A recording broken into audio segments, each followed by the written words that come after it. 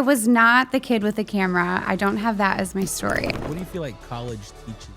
You have to find your own place. You really do. You can't just conform because eventually college is going to be over. It always backfires. If we keep something from our kids too much, the faster they want to try it. They want to try it, exactly. Yeah. And I don't think we talk about that. I think you're crazy, but a good crazy.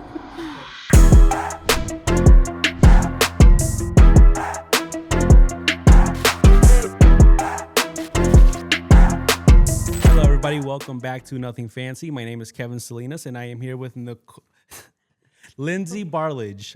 Lindsay Borlage with Lindsay Nicole Studios. How you doing, Lindsay? I'm doing well. How are you? Good. Thank you for taking the time to sit down and sharing your story with us. I met you 6 years ago, 7 years ago. That's wild to me, actually. Yes, Yes. as the kids say. Yeah. And I consider you as one of the OG photographers that I met. You're probably the first photographer that I met. Really? Honestly. Yep. Oh, gosh. And it's crazy because now we're in a studio full of cameras. Yeah, more than I even own. So I feel. One quick little fact about me. I've always loved photography. Really? And back in the day, I used to do music. When every kid goes through that age, right? Every Totally. boy. But Yeah. I look back now and I'm like, man, I wish I would have gotten into videography and stuff like that. It's not too late. It truly isn't. There's so much time left. I mean, what's one more business for you? Right. At this point. But I wanna start off with for those who don't know you, maybe you can share a little bit about your story, how you got into photography, and just your overall journey. Gosh. Well, I was born in 1983. Okay. I was not the kid with the camera. I don't have that as my story. I was not always taking pictures when I was little. That's not my journey. It was really more, there's a little bit of tea there. I guess what better time to get into it? But just for background, I grew up in a very traditional conservative household. My mom was a single mom. This was in Toledo? Like an hour south of here. Technically born in Toledo, yeah, and lived here till I was about 5. And then my mom was a single mom, awesome businesswoman. She was amazing at navigating the single mom life, despite a lot of challenges. And she met my stepdad. Well, she knew him for her whole life pretty much, but married my stepdad when I was 8 or 9-ish. And he's been in my life ever since then. So you mentioned she was an entrepreneur. What'd she do? yeah, so I said she was an entrepreneur. That's not actually true. She worked in sales. She did insurance sales for a long time, but her dad my grandpa started a billboard company, Ohio Outdoor. Actually, I think he kind of inherited it, but eventually became the president of Ohio Outdoor, which was subsequently, years down the road, when I was a junior in high school, bought out by Lamar, which is the more known billboard company around here. So for most of my life, she was the vice president of Ohio Outdoor with my aunt as the president. 2 sisters working together.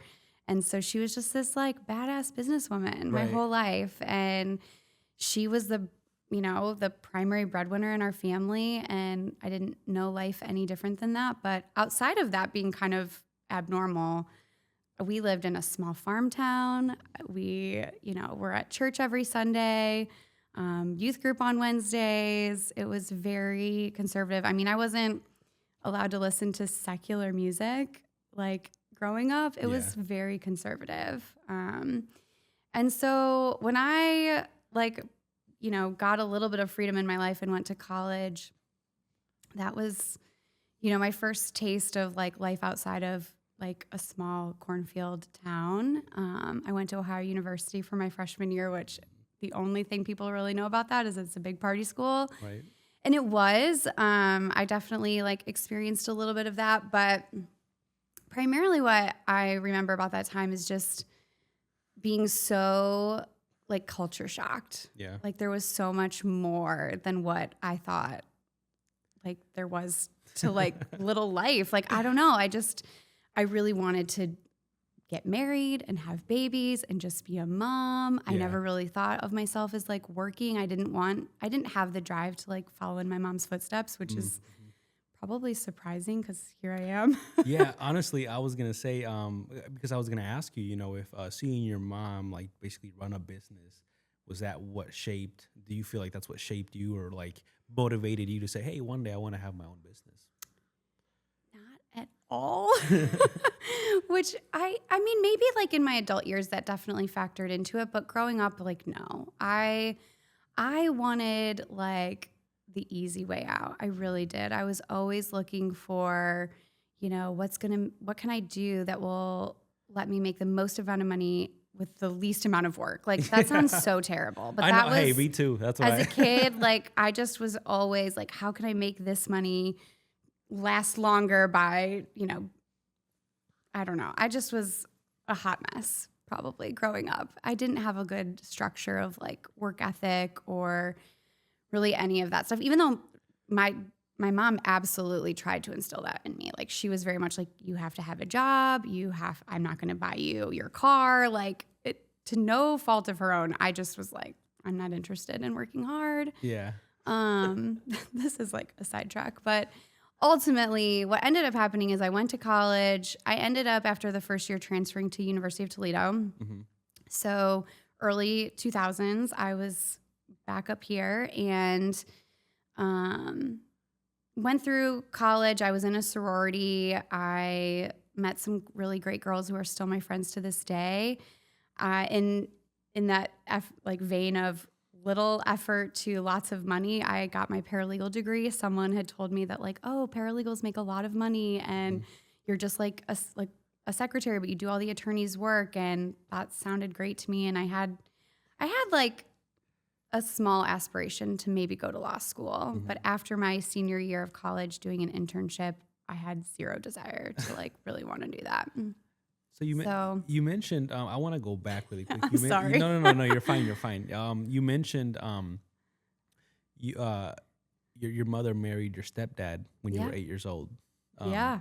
Did you ever get a chance to meet your real dad? Or? Yeah. So my mom and dad divorced I was probably less than 1 year old when they divorced. And my biological dad moved to California shortly after that divorce. So the majority of my childhood, I only saw him like for 1 week out of the year. I would get on a plane and fly to California.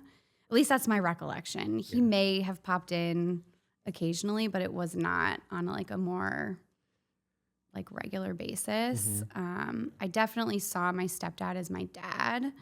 Growing up, and then into my adult years, that has actually really changed. Like he's been much more consistent in my life, and that's been a really cool like thing to have as an adult when I didn't have that as a kid. But it's had its own challenges, Yeah. Do you feel like any type of resentment or anything like now that you're an adult and you're like, why now? I think if I was being honest, I'm sure there's a part of me that's like, hey, you weren't really a part of my life growing up. But I think I have this like trait about myself where it's like toxic empathy. I really can I just feel like I can embody like what they were thinking and why they did what they did, whether that's even real or true. But I can always like in my brain justify it. And so I think for my dad, he was trying to figure out who he was as an adult. And I don't think he wanted to be married. And maybe that's not even true, but he just had other things he was chasing in life. And being a dad wasn't really top priority. And I had a great mom and I have a really great stepdad. So I didn't really feel like I was missing that piece growing up. So I don't have that like daddy issue like stereotype. I don't think. Maybe I do. Maybe people are like, actually, Lindsay, I know you and you do. But I've had a decent relationship. Like I never had a father either, and have a stepdad now, and the moment I had my boys, it kind of, in a way, in my head, I'm like, how does any man just up and leave his kids or like never want to meet them, right? So Yeah. it I feel like it opens up a lot of like questions. Yeah, you're not wrong. I didn't think about that until I had kids too. Mm-hmm. So yeah, once you have your own kids, it's like, wow, I couldn't imagine being, parenting in the way that I was parented, and in a lot of situations, even with my mom. But like, I don't know, that toxic empathy creeps back up, and I'm like, it was the '80s for me. It was the '80s, and like, it was a different life. Have you for ever them. have you ever like asked them? Had like a heart to heart with them, or not? Or you guys haven't gotten that deep? Yeah. I mean, I think he has shared with me over the years, like what drew him out to California, why he stayed, why he didn't necessarily try to make it work with my mom. I don't know that I've ever asked him like point blank, why were you not there for me? Mm-hmm. But I think he has shared, and maybe I'm wrong about this, but I think he shared in the past, like, oh, I didn't feel like I was needed. Mm-hmm. And that's probably true, because my mom was a great mom and my stepdad was a great stepdad. And I certainly wasn't calling him to say, Dad, I need you here for this weekend. I've got a school play or something. But Right. also I wasn't calling him because he wasn't a part of my life, Right. So Exactly. it's hard. Yeah, it's kind of like yeah. I don't know. I'll move on. It's from that an topic. answer, non-answer. I don't. We can get deep, but Yeah, no, it's just interesting. But at least there was your stepdad who stepped up and yeah, was able to be there, and at a young age still. yeah. So your mom gets married. Mm-hmm. You got a stepdad. When do you guys move to Toledo? So we never do. I grew up in a village called Green Springs, Ohio. It's like an hour south of here, southeast.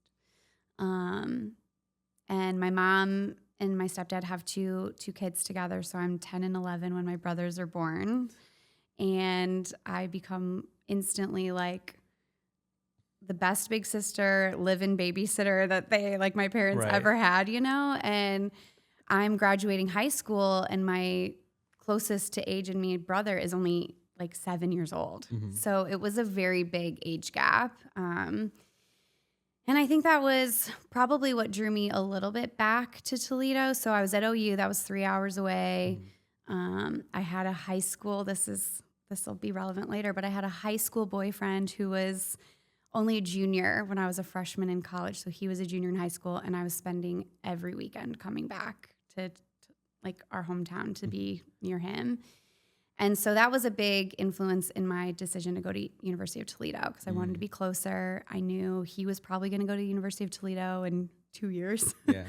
And so I begged my parents to transfer. They said fine.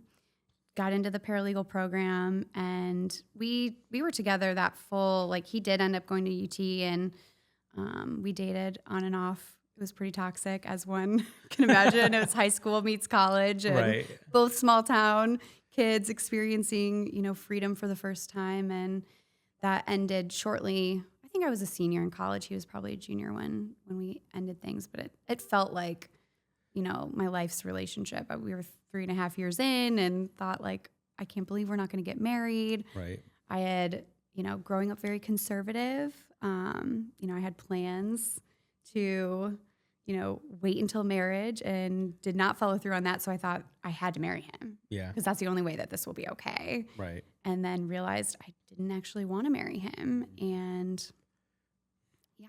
The when you went to OU and then you come to University of Toledo, like how big of a like I guess you said small town conservative. Mm-hmm. How big was the change? I guess when you go to this party, basically. I mean, it was huge. I said the culture shock before, but I mean, I was surrounded by people who graduated high school with 400 kids, 600 kids. I'm like, I knew every single person in my school, and that it just was so different. I was not not that any of this really matters now, but like in high school, I was not popular. I was cool enough to sit at the popular kids table, but I was at the end, and they were tolerating you were like me. the weird popular girl. Yes. And the only reason why I probably even got that role was I had a decent singing voice, and so I was in the school musicals, and I don't know. Like, I think like people knew who I was, but I was not cool. And so then I get to college and I can kind of like reinvent myself, right? I can, just be myself, be who you wanna be? Yeah, be who I want to be and be myself. But then I'm also like still tied to this boy back home, and everyone that's a freshman in college is like, why are you dating a junior in high school? Like, you need to move on. I'm like, he's the love of my life. Yeah. Was that the first time when you went to college? Was that the first time you were like ever out like on your own, like just figuring things out on your own? Absolutely, yeah. And I think as a lot of kids are, their first year, they're depressed. They're missing home. I obviously had a relationship back there that felt like just the biggest thing in my life, and I do have some regrets about like squandering that freshman year. I didn't make a lot of friends at OU because every weekend I was going home. I did drink for the first time in college at OU, and I just made some bad decisions, like as one does. What was tell me the story of the first time you ever when you drank for the first time? Party? It was a party. Yeah, it was definitely a house party. OU has a lot of those, and I literally, outside of that experience, had only ever had wine coolers. So I didn't know what beer tasted like. I knew what wine, I think I'd had a sip of my mom's wine and I hated it. So I was pretty sure I didn't like that. And so I think I tried beer. I hated it. Whatever, it was probably Natty Light or something. Right. And so someone offered me a Smirnoff Ice, and I thought that was the most delicious thing I'd ever had. And I think 2 Smirnoff Ices later, I was probably puking, and it was not a great first time. But are they ever? I don't know. Did you ever like become like a party girl like in college, or were you mainly like kind of low key? I don't think people would describe me as that, but I was definitely like the funny drunk. Like I was all through college, like 2 to 3 Smirnoff Ices, and I was like a good time girl. Like we would just be silly and laugh, and I was in a sorority, so certainly like I guess that would sort of make me a party girl, but I don't know. I don't know if my friends would describe me as that. What do you feel like? What do you feel like college teaches you that like? Oh gosh. That maybe someone who didn't go to college couldn't learn. I think, gosh, for me, it was navigating friendships. And being in a sorority, you're kind of like siloed into like automatic friendships, but you don't necessarily click with every single person in the sorority. So you are sisters, but you might not actually be like, if we weren't sisters, I don't know that I would be friends with you. And that's not to say that you're a bad person or anything. We just don't have a lot in common, or we have, different life goals, or I think college just teaches you have to like find your own place. You really do. You can't just conform, because eventually college is going to be over, and you have to decide like who are you like really going to try to be. And it doesn't mean that that's who you have to be forever, but I know for me, it was the end of my college years. I really reconnected with like the spiritual side of myself, and I really felt drawn back into the church religion dynamic. And so I did. It's funny. I have this memory of standing up in front of my sorority telling everyone like, all of this is so fun, but what really matters is if you give your life to Jesus. And I'm like looking back on that, and it was so cringe. It was so like, I don't know what I was trying to do. I was trying to be holier than thou probably, but it is so unaligned with who I feel like I am today, that like you really are, you're just figuring yourself out. And I think college gives you the space to do that outside of I mean, certainly some people are working through college and have, bills to pay and real life stress. I'm not trying to downplay that. But if you go right into the working world, like, you don't get that kind of space to like try out different clubs or different hobbies or different friend groups that really can make a difference. So it's kind of like a pre-adulthood. I think so. Yeah. And when you stepped into like your spiritual like zone, where were you with what's the boy's name?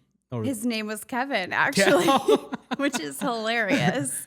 Where was Kevin like in your life at this point? Like, so we had just probably broken up for the final time. That was like the spring of my senior year of college, and I was definitely floundering as far as like, who am I as a person? I thought I was going to marry this guy. I thought this was going to be the redemption for like the mistake I had made, mistakes.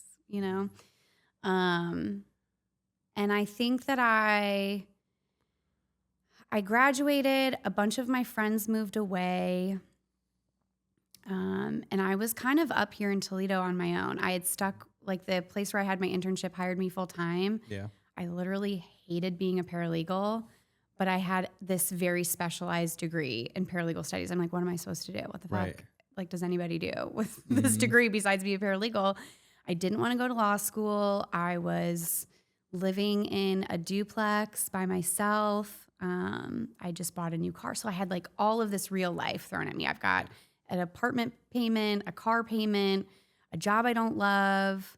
My friends are gone. And my mom says to me, hey, there's a new church starting in Toledo, and I think you would really like the pastors. She had met them at a conference by this point.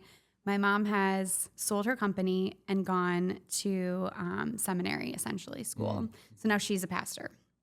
My dad was always a worship leader. I was always on the worship team singing. I'm singing in high school. In college, I'm singing with our sorority. And so I go to this church, and they're still meeting in their house. It's a church plan. It's very small. And the pastor couple, him and his wife, are young. They're like in their late 20s, and I'm in my early 20s. And I just think they're so cool. And they were cool. They are cool people. Do you still keep up to date with them? Or? So, I mean, well, it depends on how much tea you want.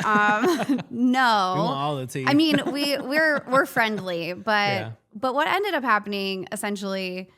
So I joined this church. I feel so connected. I feel like I found my new place. I'm singing on their worship team. Eventually, I'm leading worship for this church. They move out of the house church to like, a physical church building. And I think like, this is it. I'm going to meet my husband and he's going to have a great job. And I'm going to quit being a paralegal and I'm going to sing in the worship band and I'm going to have babies. And that's going to be my life.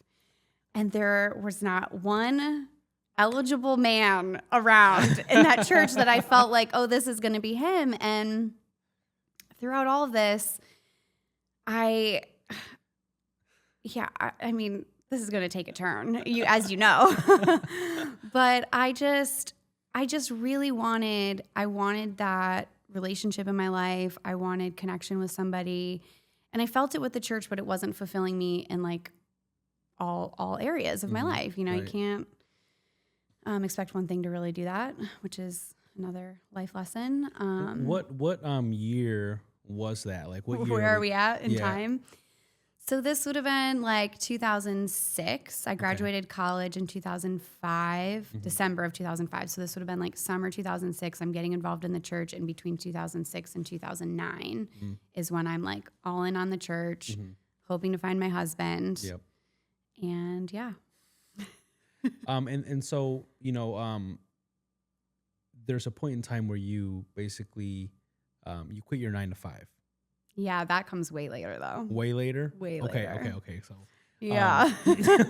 Yeah, I'm still in the 9 to 5 here. And what ends up happening is a friend in the church that I knew and wasn't super close with, but our church is small. It's like less than 100 people. So everybody knows everybody, and certainly everybody knows me because I'm singing on the stage every Sunday. And Right. I have now bought a house. I live with my best friend and another girlfriend. And I'm committed to Toledo at this point. I'm like, I'm all in on this church. This is where I want to be. I'll never move into a small town again. And this girl at church, we become closer, and she starts, essentially telling me that she likes me. I'm like, well, what are you talking about? I could never. That's not my life. I'm waiting for the husband. I don't see him yet, but I'm waiting for him. And we just became really close friends. And, after a few margaritas later, things have happened. And did you ever get like a feeling like she before she ever told you that she liked you? Did you ever get that feeling from her? And did you ever have like that feeling like, yeah, I really like this person, like in a more than like friends way? I think, for sure, right? Like, it would be crazy to tell this story and not be honest about that. Yeah, I think there was always like this. I think Andrea had shared with other people in the church that like she maybe had feelings for girls, and at that time they were like, we'll pray for you. And certainly I would have said that. Mm-hmm. In fact, I'm very embarrassed to admit, but like the way I was raised, like that just was not an option. Right. The only lesbian I knew of was Ellen DeGeneres, and as soon as she came out, we stopped watching her show. Like that was just like not okay. Wow. My best friend in high school, ironically, my boyfriend's sister, she was my best friend before I started dating her brother, which was not very cool of me. But she came out her freshman year of college, which was a year after me. So she was a year younger than me. And Kevin and I loaded up in a car when we found out about this, and I came armed with my Bible, and we were going to convince her that she wasn't. Oh, wow. Like that's what I believed. Do you feel like you were like lying to yourself though that whole time? Like, I guess, or like, or was therapy? It just, I love this. or was it like with Andrea, you just felt something different that you were like, I just felt something different with her. Honestly, I never had this epiphany of like, oh my God, I've been gay this whole time. Yeah. But like, maybe the signs were there. I don't know. Like I was super judgmental about anyone that came out, but I also like felt like it was my duty to save them. Yeah. I think when you were like, I'm going to convince you you're not gay, I think that may have been a sign. Yeah, like, probably. The ones who are most anti typically have something to hide, but I didn't feel like I was hiding it. Yeah. It just felt like I can't possibly let her do this. This is the worst idea ever. And also, I don't think you are. I don't think you are. You've dated boys your whole life. Like maybe in an effort to like say to myself, like, I'm not, I don't know, subconsciously, maybe. I don't know. Sometimes I feel like as parents, like it always backfires if we keep something from our kids too much. Like if we're like, don't watch this, don't do that. Like it's like the quicker or the faster they want to try it. They want to try it. Exactly. And I don't think we talk about that enough, For sure. Yeah. I mean, I don't know if that played into it. I do know like at OU's a pretty liberal school, and I had to take a women's study class, and we had to pick a book from this list of options, and the book that I picked was called Ruby Fruit Jungle, and it's totally a lesbian love story, and I had no idea when I picked it that that's what it was going to be. And I remember reading it and feeling like, oh, this is like different than what I thought like lesbian relationships were like. So maybe it just opened my eyes to that being, and again, culturally, I'm now surrounded in OU by different races, different, sexual orientations. Like it was just such a culture shock for me. Yeah. And coming back to UT was almost like it was more conservative here. Like that wasn't, I mean, obviously lots of races here, but just different ethnicities, but not as wild. Yeah, I maybe? mean, literally Yeah. my freshman year, well, I guess it was my sophomore year, but my first year at UT joining the sorority, one of the girls dropped out of the sorority, and I don't know that this is a fact, so I don't want to put it out there, but the rumor was that she left because she was lesbian and she didn't feel comfortable in the house, and I was like, oh, weird. Like it wouldn't have bothered me at that time. I think I was like getting to be a bit more open to the idea that maybe how I was raised wasn't. Wasn't right. Yeah. Yeah. Or not that it wasn't right. That's not the right like. But just that like it could be different. Yeah, you don't have to hate Yeah. it or whatever. Yeah. Yeah. So, fast forward 6 years, now this girl's telling me that she likes me. And I'm like, I don't think you understand. I have to find my husband so I can have my babies Yeah. and quit my job. And that just kind of escalated quickly, probably because it was so scandalous. Did you hang out with her less after she told you she liked you? No. No, more. Yeah. So it didn't affect you. So by this time, you were kind of like open to. Yeah, I think I was. Yeah. I was also like really craving connection with like another person. I wanted to be wanted and I wanted to be desired, and she was doing all of those things, and I wasn't opposed to it. It wasn't like, oh no, I'm not into women. It was like, what do you mean? What do you mean you like me? What do you mean you want to like just hang out with me only tonight? You were kind of curious. Yeah. Mm-hmm. Yeah. And so what did your parents say whenever you? Oh God.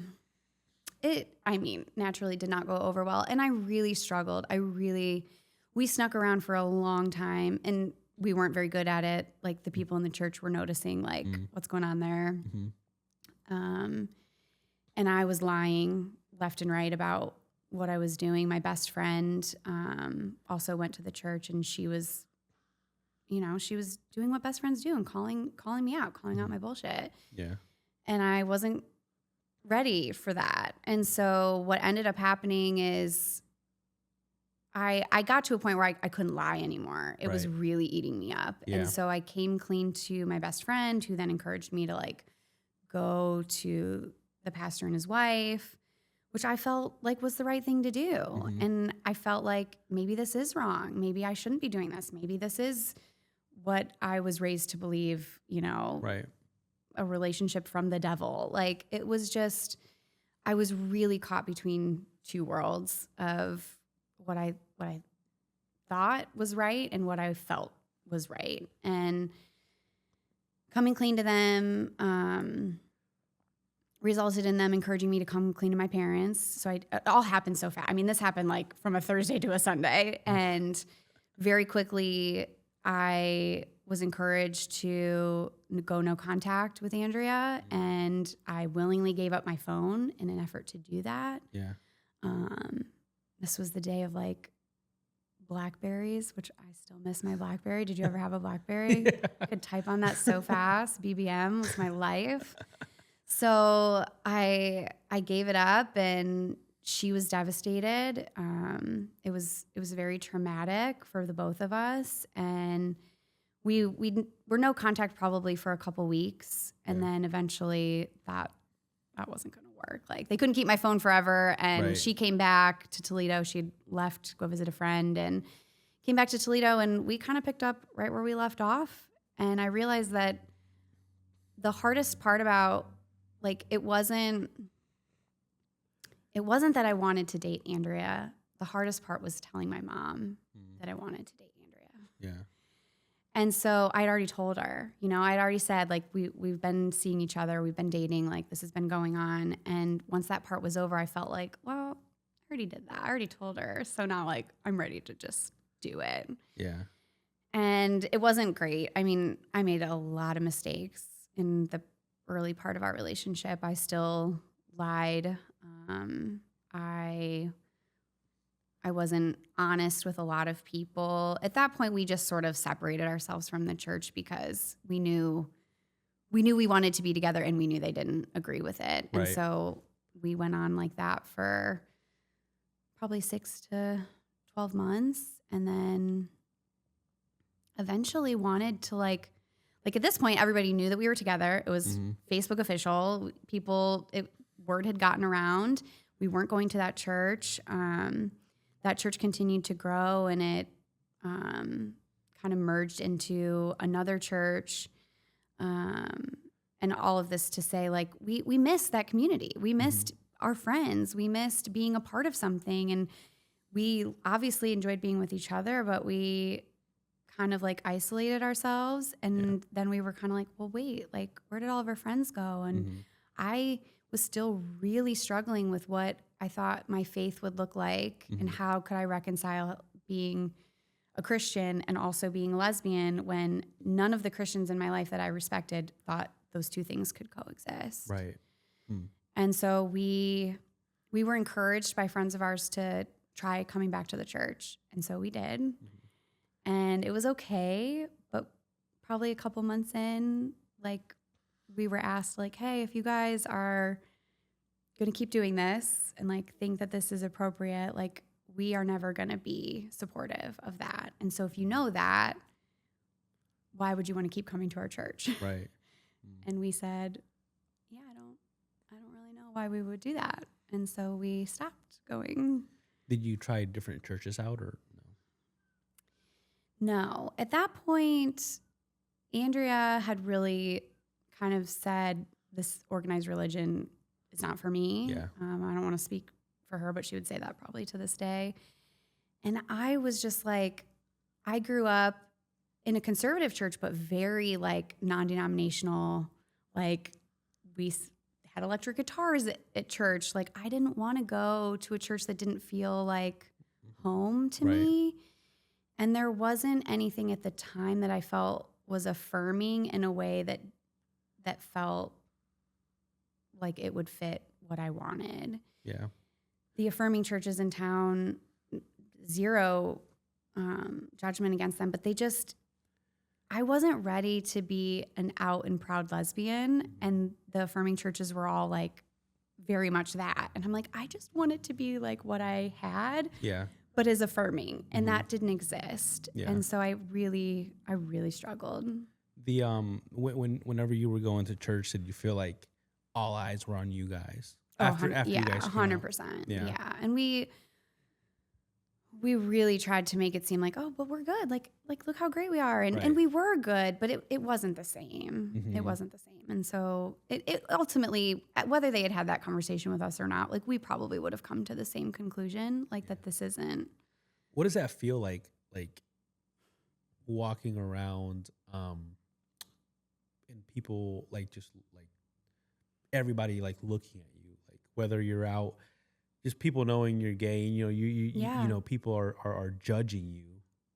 Like, what does that feel like? If I remember back to that time, it was awful. It was hard. I remember feeling like pre all of that, like this is my family. Like, I have my family who I love and I'm super close with, especially like after post high school boyfriend turned, like, I'm all in on Jesus and all in on this worship team leader. My mom could not have been happier, right? Like, could not have been more proud. And now, like, flip side of this, like, now not only am I not, like, I'm in a relationship with somebody and I'm like, it just could not have been worse. He's probably like, Toledo has possessed my daughter. Yeah. Oh, it was awful. And I put a lot of people in bad positions where they had to choose. Like, I mean, I was super close with the pastor's wife at the time, but she was the pastor's wife. And so she knew my mom through the pastoral connection. And she felt obligated to like share with my mom what was going on. And then I felt betrayed by my friend who I'm sharing like what's going on in my life with.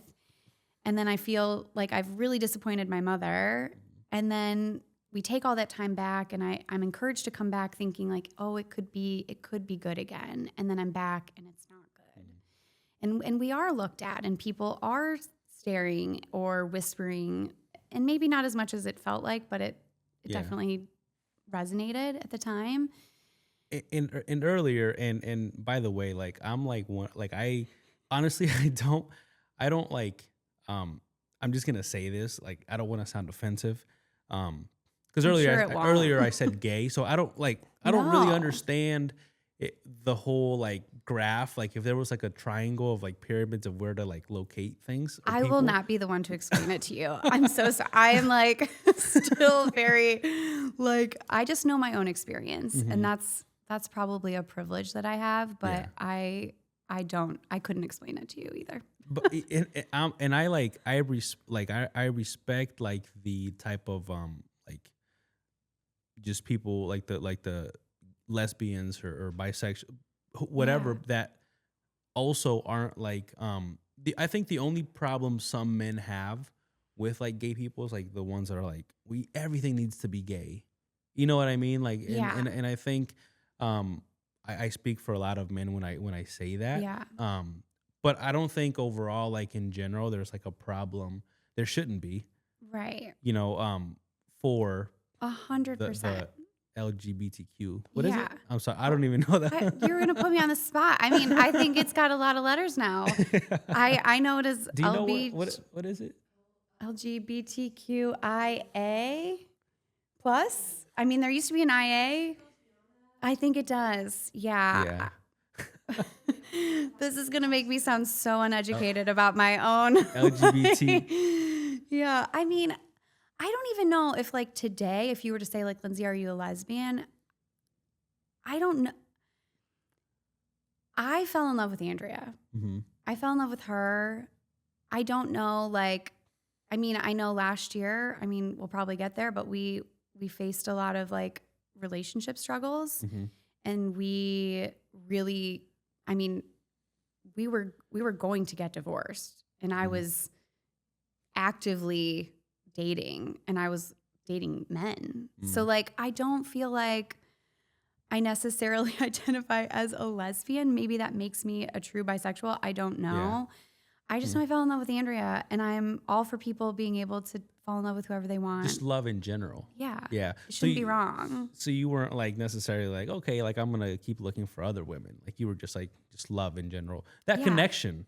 Yeah. Like you said earlier, you know, just looking for 100%. connection. Yeah. Mm. And I'm not like, I'm sure like Andrea doesn't feel that way. Andrea's like 100%. I like women. Yeah. So she- I know it can be different for people. And Just- she'd always like women way before. Okay. Yeah. I mean, our story, you should get us both together because we have an interesting story together. But yeah, I never felt like that. And that was what also made it really hard for me to like choose her, because I didn't feel that like, oh, this is how I've always been. Mm-hmm. It felt like almost like a choice to me, Mm-hmm. because Yeah. I did find men attractive. I dated men. I still find men attractive, but Mhm. I really felt this connection, deeper connection with her. And like, I wanted to explore that, and we Mhm. did, and it felt right. And so I had a really hard time reconciling that with everything that I grew up believing. Hmm. Yeah. Do you still struggle with like when you think about all of that? Like, does it still like affect you? Maybe. Yeah. Yeah. I do think like last year when I thought like, oh, this isn't going to work out with us, I felt it's probably sad. I felt a sense of relief, thinking like, oh, well, now I can just date a man, Right. and now it won't be awkward. Yeah. People who thought it was awkward with Andrea, Mm. and I mean, spoiler alert, we've reconciled and things are great. So like, I don't know. Yeah. I don't know what that means Mm-hmm. about myself, but also like, Yeah. I don't really care. Yeah, Maybe exactly. that's dumb. Like I just, we only get one life, and I'm Mhm. enjoying it, and I feel really connected to her, and whatever that means about me, I guess that is that's what it is. Exactly. I don't know. Do you feel like your faith or your experience, like, did you have trouble at first throughout the relationship? Yeah.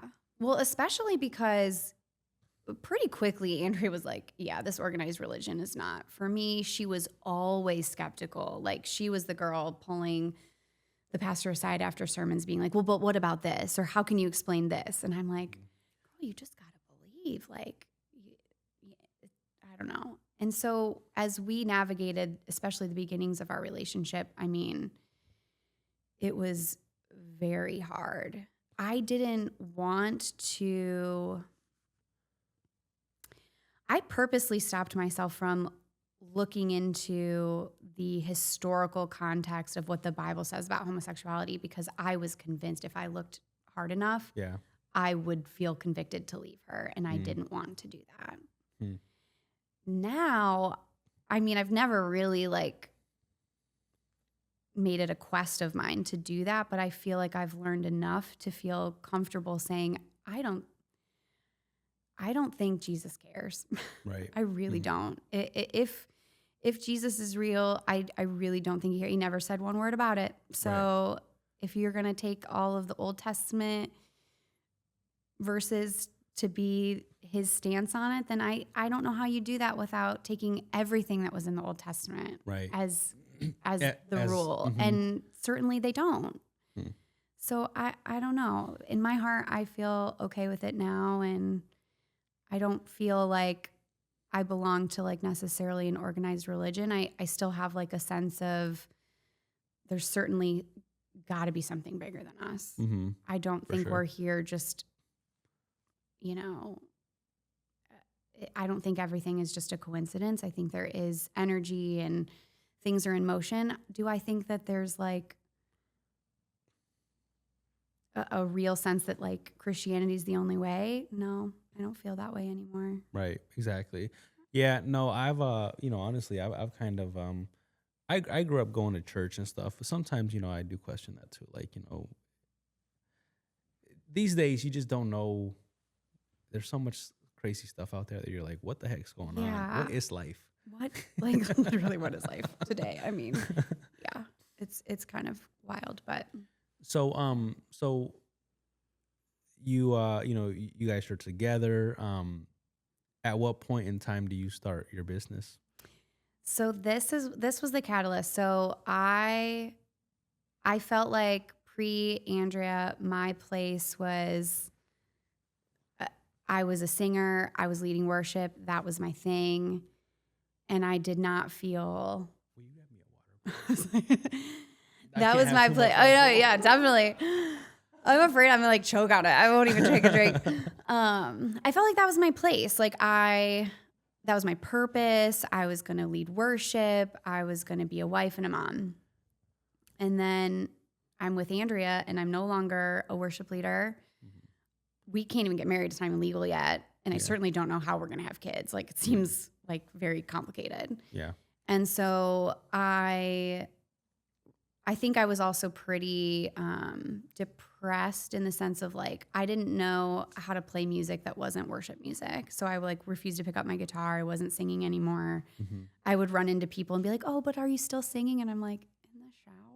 I don't know. Like, what do you want me to say? Like, I'm not allowed to sing at the church you go to. Yeah. So no, I'm not at open mic nights on Saturdays, like trying to do that. So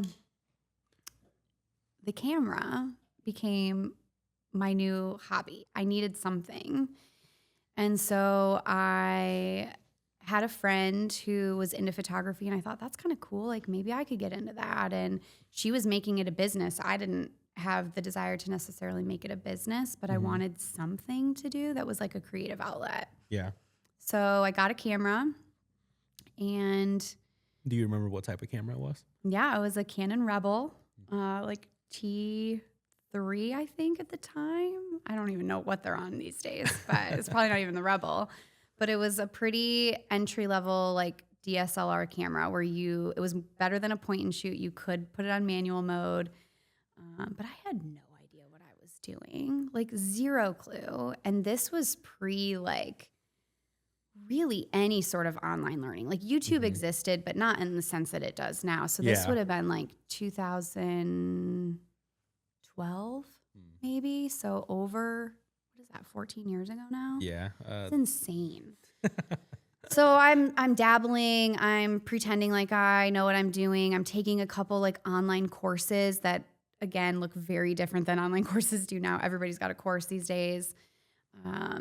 So you just started diving into it. Yeah. You just liked it. You liked messing around with the camera. So I'm working my 9-to-5 paralegal job, and have a camera. And at some point, my cousin asked me to take some family pictures for them. And I said, okay. I didn't know what I was doing. And they really liked them. And I posted them. She posted them. And people started saying like, oh, well, will you send me your info? I'm like, I don't have any info. Did you edit those pictures? Yeah. I did. And I think at that point, like the entrepreneurship bug was creeping in. I'm like, maybe I could do this. Yeah. Vlogging was really big. Or I shouldn't say vlogging. Blogging was big. People had blogs. There were mommy bloggers who were posting pictures of their kids and their recipes and their house. And it's like a daily journal with pictures. I'm like, I could do that. Yeah. Did I ever know? But I thought I could. And so I thought in order to do it, I had to be really good with the camera. So like that's what I was diving into. And then this opportunity comes where people are like, well, send me your info. I'm like, I don't have any info. And I had a good friend at the time who was like, well, let's make a website or let's do all of this. And so I made a Wix website. I don't even know what it was. WordPress maybe at the time. Free website. And started charging like $50 for a family portrait session. And I thought like, well, maybe if I book like 10 of these on a Saturday, that's $500. Like if I do that every Saturday, maybe I could quit my job because I'm making $0 as a paralegal with a 4-year degree.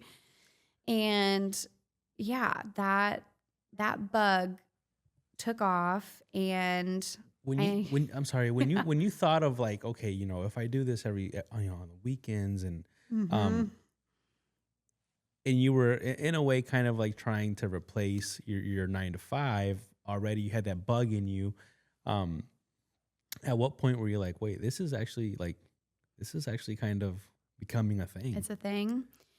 It was probably a couple years later. So at this point I did like an internship with a local wedding photographer. I was like her assistant for a few weddings. I've now been shooting on my own for about a year. I bought a brand new a new to me camera, but it was a Canon Mark III at the time. And I was like, okay, I'm like in the big leagues now. I'm buying better lenses. I think maybe I'll shoot some weddings on my own. I start putting together packages. And I book a couple weddings and I'm like, okay, this is how I'll leave my 9 to 5. The money is in the weddings. That's where I can charge real money. I'm following people on, it wouldn't have been Instagram. It would have been like Periscope. Did you ever have Periscope? I never had a Periscope. Periscope is like the OG Instagram Live. You could go live and people could comment and you could answer their comments. But it was an app. It was called Periscope. And when people would go live, if you were following them, it would alert you. You'd get like a notification like so-and-so's live. And so I'm following all these people. I'm at my 9 to 5. I would get the notification and I would immediately put my headphones in and like start taking notes like on the side while working. Like I was doing both. And then at one point, one of my wedding clients asked me if I would do a boudoir shoot for her as a gift for her fiance. I think my wedding packages at the time included a free engagement shoot, but they had already had engagement photos done by like a cousin or something. She's like, could I swap that for a boudoir shoot? And I only had 2 worlds of boudoir. The boudoir world that like most people knew was like imitating either like a Playboy model shoot or pinup. And I didn't want to do either one of those. That was not my jam. I was really into like more like magazine editorial style photography. And that's what I wanted my weddings to feel like too. I didn't love the posed stuff. I love to capture it like natural throughout the day where it would look like you didn't even know I was there and I was getting all these cool moments. So I was following a couple of photographers who were that style, and they also shot boudoir. And so their boudoir work looked like, again, you're a fly on the wall. It wasn't posed. It looked so organic and like just beautiful. It looked like almost like a high-end perfume ad meets boudoir, like tasteful nudes. I don't know how else to describe it. And I said to her, like, I will do it, but I want to do it like this. Like, are you cool with that? She's like, I literally don't care. I just want to gift him something. And so I recruited my best friend and my cousin to come over and be my guinea pigs so that I could practice. I didn't want my paying client to be the first one. And so we did it. We had like champagne and it just felt like a fun girls' day. And we're laughing and I'm taking the shot and being like, oh, that angle's not great. Let me try something else, or move your arm. And that felt so different than like the wedding work that I was doing, where it was like high pressure. You had one chance to get the shot. Right. You couldn't recreate it. You know, if you mess it up, they're going to be pissed at you. Right. Like, and I had some clients who were like, you missed the shot. And I'm like, I didn't know that was your grandma. Like, you didn't point her out to me. Right. So it felt like just so much easier and so much more fun. Yeah. And I remember thinking after that, like, if I could get paid to do this, like, I would totally do this as a job. But I didn't think that was a real thing. Right. So I went 2 more years working a 9 to 5 and shooting weddings on the weekends. And I got pretty good. I look back at my wedding work and I'm like, I was great at this. Like, did you continue shooting like other stuff aside? All the things. Yeah. I'm shooting all the things. I kind of think I have to, because it's, in my mind, that's the only way I'm really going to be able to quit my 9 to 5, is I need to make at least as much as I'm making salary wise with weddings. And I'm going to need all that other work to supplement, because now I'm going to have to pay my own taxes. I'm going to have to like buy equipment. It doesn't really equal out. Right. So I did have a good business mindset, and Facebook groups were becoming more popular. So there was like a really niche group of boudoir photographers in the US that had like, there were 2 education groups at the time. There was one ran by a woman and one ran by a couple. And I'm in both of them, and I'm making friends, and I've got all these virtual friendships. There was like a group of 6 of us that really encouraged each other, and were coming up with new ideas to start our businesses. And it all culminated in the couple group. They hosted a camp, a summer camp for boudoir photographers up in Canada. And so we all decided we're all going to go, and it's the first time we're all going to meet in person. And at this point, I think at this point I had already quit my 9 to 5, so I've jumped ahead a little bit. But essentially, I decide I need to do this. I need to just try. Right. I think that there's a big enough demand for boudoir. I've built it up. I've created my own Facebook group. It's got like 2,000 women in it. And I'm getting a lot of inquiries. I'm only booking on the weekends, and that's kind of hard because I'm also trying to book weddings. So I decide I'm done with weddings in the fall of 2017.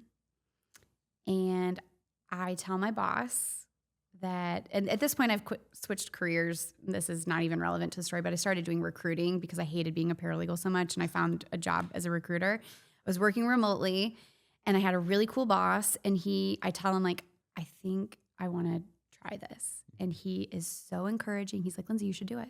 He's like, if it doesn't work out, I'll hire you back. Like, go try. And so I put out this, like, basically a marketing campaign to say, I'm looking for 20 women to come work with me at a discounted rate because I want to quit my job. And I book all 20 in like 24 hours. Oh, wow. And I'm like, done. I'm quitting my job. I put in my 2 weeks notice, and I did that in October, or no, it would have been like September of 2017. I quit my job. And I'm like, it's all happening. I've got 20 sessions next month. And at this point, like, and I set myself up because I'm with these girls, I'm with this group of 6 who are all doing it at the same time. And we're like, we are not fucking around. We are not charging $50 a shoot. Right. Like, you can't pay bills with $50 a shoot. We are doing this the right way. We were following what was called in-person sales strategy. So you have a session fee, and then you sell the photos afterwards. And that is the most profitable way to run a photography business. Most people at that time were like, it's, at best, if they were charging a lot, they're charging $250 for a family session, and you get all the photos, and they're digital. And everybody knew that model. And I'm like, I'm not going to do that. I'm going to charge $250 for you to work with me, and then it's going to be $1,000 for you to buy your photos. And everybody thought I was nuts, especially around here. And I'm like, well, if it's nuts, it's nuts. Right. But if it works, I can make a living. Right. if it doesn't work, if I have to go back to charging $250 a session, like to make a livable wage, like that is a lot of shoots and a lot of editing and a lot, like it just wasn't feasible. Yeah. And I really didn't want to do weddings. I didn't love giving up every weekend. I knew eventually, like at this point, Andrew and I are talking more about getting married, maybe starting a family, still not really knowing what that looks like. But I just knew that weekends were not going to be it for me. I didn't want to do that. I wanted to shoot during the week, and there was a profitable business model of shooting portraits, even if it was just not boudoir, but just portraits, almost like modern day glamour shots. I was like, I'll fall back to that. I'll do that instead. There's two things. Well, there's actually one thing you said a while back ago. You said, that I want to talk about this a little bit. You said, all of your wedding and all of your shoots, you always want to keep them authentic. Yeah. I really respect that, because I feel like there's so many, like, that's like, I feel like when it comes to photography, like it has to be authentic. Yeah. And you can tell when it's not, like, and even like for me, like, for example, for this, I'm like, there's really no like script to really, it's just kind of just bouncing off of each other. Yeah. And that's the way to really keep it authentic. And people, I feel like people like appreciate that. Yeah. The authenticity, and like, when did you, that's like a vision. That's like a vision that you have to like have, where you're like, this is how I want things to look. Yeah. Like, when did you realize you had like that type of vision? I think it was following that couple who started that education group. Like, they were so good at like going against the norm and really capitalizing on that editorial style. And they offered so much education around that I just soaked it all in. I just thought, like, if I'm going to do it, I want to do it like this. I want it to be cool. I want it to be different. I don't want it to be like, there were certainly other people in the area doing boudoir, but never, I don't want to be wrong about this, but I don't think anybody else was just like only doing boudoir. There were people that would do it on the side, Valentine's Day, maybe wedding photographers that would offer it to their, brides. But it all felt very like themed or just posed, like you were trying to emulate a version of boudoir that like existed out there, and I didn't want to do any of that. I wanted it to be different. And I don't know that it was very good at the beginning. Don't go look at my original work. It probably looked pretty sad, but I think over the course of the last 10 years, we've really like, I've kind of figured that out, I think. Another thing that comes to mind is like, I think you're crazy, but a good crazy, because, when you said, how your business model and you said, I'm going to charge this amount, and then, and I don't know anything about photography. So, but I feel like in business, you have to be crazy. You have to be. You do have to be a little bit. You do have to be a little delulu. Yeah, you do. A healthy amount of that, I think, is really, really good. And probably what that is just like, probably for me, it was a little bit of undiagnosed ADHD and meets my creative brain. I think that like really helped me. But like there was an element too where I didn't want to just like charge money. It wasn't just about charging money. Like, I wanted it to be an experience for my clients. I wanted them to book in, and then I was like, I'm sending them homework to do. I'm sending them links to my favorite stores for where to shop. I'm sending them my session prep guide that talks about like what to do before your shoot, what not to do before your shoot. Then I'm talking with them. They can either come in and meet me or schedule a phone consult so we can talk about like, what do you want your shoot to feel like? What are you most excited about? What are you most nervous about? Have you ever thought about doing this before? Have you ever had a shoot like this before? And 99% were like, no, I'm scared shitless. I don't know what I'm doing. I think it's a big mistake, but I've already paid you some money, so I have to come. And then they would come, and I always had hair and makeup was part of it. Like they always got done professionally because if I was doing this, I wouldn't know how to do my own hair and makeup. I wanted them to feel special and important and take away one of the things that would be like scary to them. Like, you know, if that was a conflict in their mind of like a roadblock of how I can't do that because I wouldn't even know how to like do my own hair, do my own makeup. Like you don't even have to. I started collecting outfits and I call it the LNS client closet. So technically you don't even need to bring anything. Like I have everything you would need.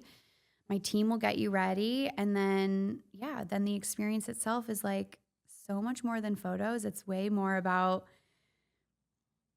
being in your body in a space that feels safe and that you also feel like hyped up. Yeah. And there is something so powerful about that. That's not, once you're past the hair and makeup and you come out of the changing room in your first outfit, I think that is the point where I'm like, no return. You've already done the hard part. You've already come out of the client closet. Right.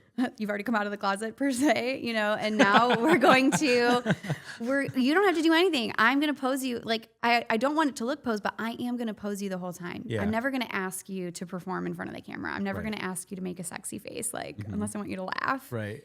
And it feels so organic, I think, for my clients to be like, oh, okay, like, I can trust her. And even though this is scary, I want what she's selling. I want that like feel good moment at the end of this. And I think I don't know that there's been one client that's ever left that's thought like, oh, that wasn't worth it. Or I mean, they've never told me if that's the case. I love how you've like talked about the experience because I'm huge on that. Like, and honestly, like any like successful entrepreneurs that I've sat down with, there's a big difference between people who want to start a business and people who like want to start a business, like damn near need, right? Yeah. Like they need it. And I think we don't like talk about that enough as far as like business owners where, you know, you see like I'll get like messages and stuff from other, you know, different business owners and I don't know how to explain it to them that you have to be delusional. You have to literally think about this 24/7 if that's what you really want. And unfortunately, like that's why a lot of businesses fail. Yeah. Because people are like, oh, that, you know, photography, that sounds cool. Like I want to do that, you know, and then you buy a camera and then you're like, I don't want to do the research. I don't want to do the, you know, like people are just full of excuses. What would you tell like someone that's like in photography that's trying to be as successful as you've been? I mean, there have been so many that have come after me that have tried to like do what I do. And I think what happens is it cannot be, you can't want to start a business because you see somebody else do it and it's successful and you want their success. Like you have to want to do the business because you want the results. Like you have to have your own desire. And it doesn't have to be like I love photography, but I didn't start out being like, oh, I love photography. Like I just have to take photos of women. Like I just found a niche that felt good to me and it provides a service that feels good to other people. And I have been able to make a really good living at that. And that brings me joy. But I didn't start out being like, I can't wait to be a boudoir photographer. And I think some people see that success of a specific niche and think like, I want that success, so I have to do what that person's doing. Right. And I'm going to do it. I'm going to copy them because it's working for them. Well, it's not going to be authentic to you. Right. And people are going to see through that. And they might get excited at first and it might last for a year or two. But then, like, you're going to fizzle out because you weren't actually tied to the cause from the beginning. Right. You just wanted, like, it was kind the of notoriety or the money, whatever it was. Yeah, and I think you know, and that's how it ties into experience. Like, I feel like if you focus on the experience of the guest or of the client, the customer. That's what's going to speak volumes from itself. What I love about what you do is the fact that you're creating a memory. Yeah. Right? A memory that in 10 years, if they open that book again, they're going to go right back. I remember where we were at, where we lived. Yeah. You know, so there's a lot of emotion attached to that. Yeah. And for my clients specifically, like outside, I mean, I think that would be true for any photographer. Like you are really, it sounds really cliche to say like you're capturing a moment in time. Like, yeah, but you are. And for my clients, I mean, at this point, my brand has evolved from come in, be hyped up, like you're a badass, to this is for the woman who feels forgotten. This is for the woman who doesn't recognize herself anymore. She wants to be hyped up, but she also wants to like connect with herself. And so my clients will look back at these photos and think like, oh gosh, I remember that. I just divorced my husband. I didn't know what was next, but I knew I needed to find myself again. And that was, I mean, so many people have told me it was like after their sessions that they went out and felt a deeper change in their life. Maybe, I don't want to say like, I'm not trying to tap myself on the back and be like, it was my session that changed their life. But it did either awaken something in them. Like empowering them? Yeah. It made them believe what was already true about them, that they are capable, that they are worthy of their own self-love, that they are worthy of investing in themselves. Like my sessions aren't inexpensive. They are not necessarily budget friendly. Like people will save a year to come work with me. But I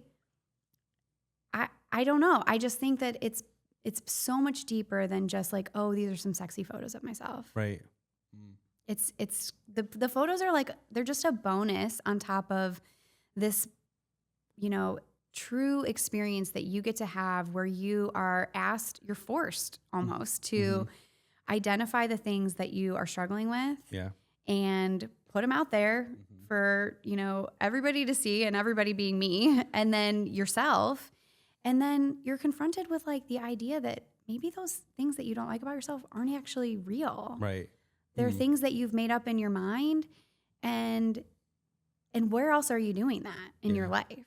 Right. And when you see it visually represented in like something so small, like I've never liked my butt. I have an ugly butt. And then I show you a foot and you're like, holy shit. Like, that's my butt. Like, I didn't know that.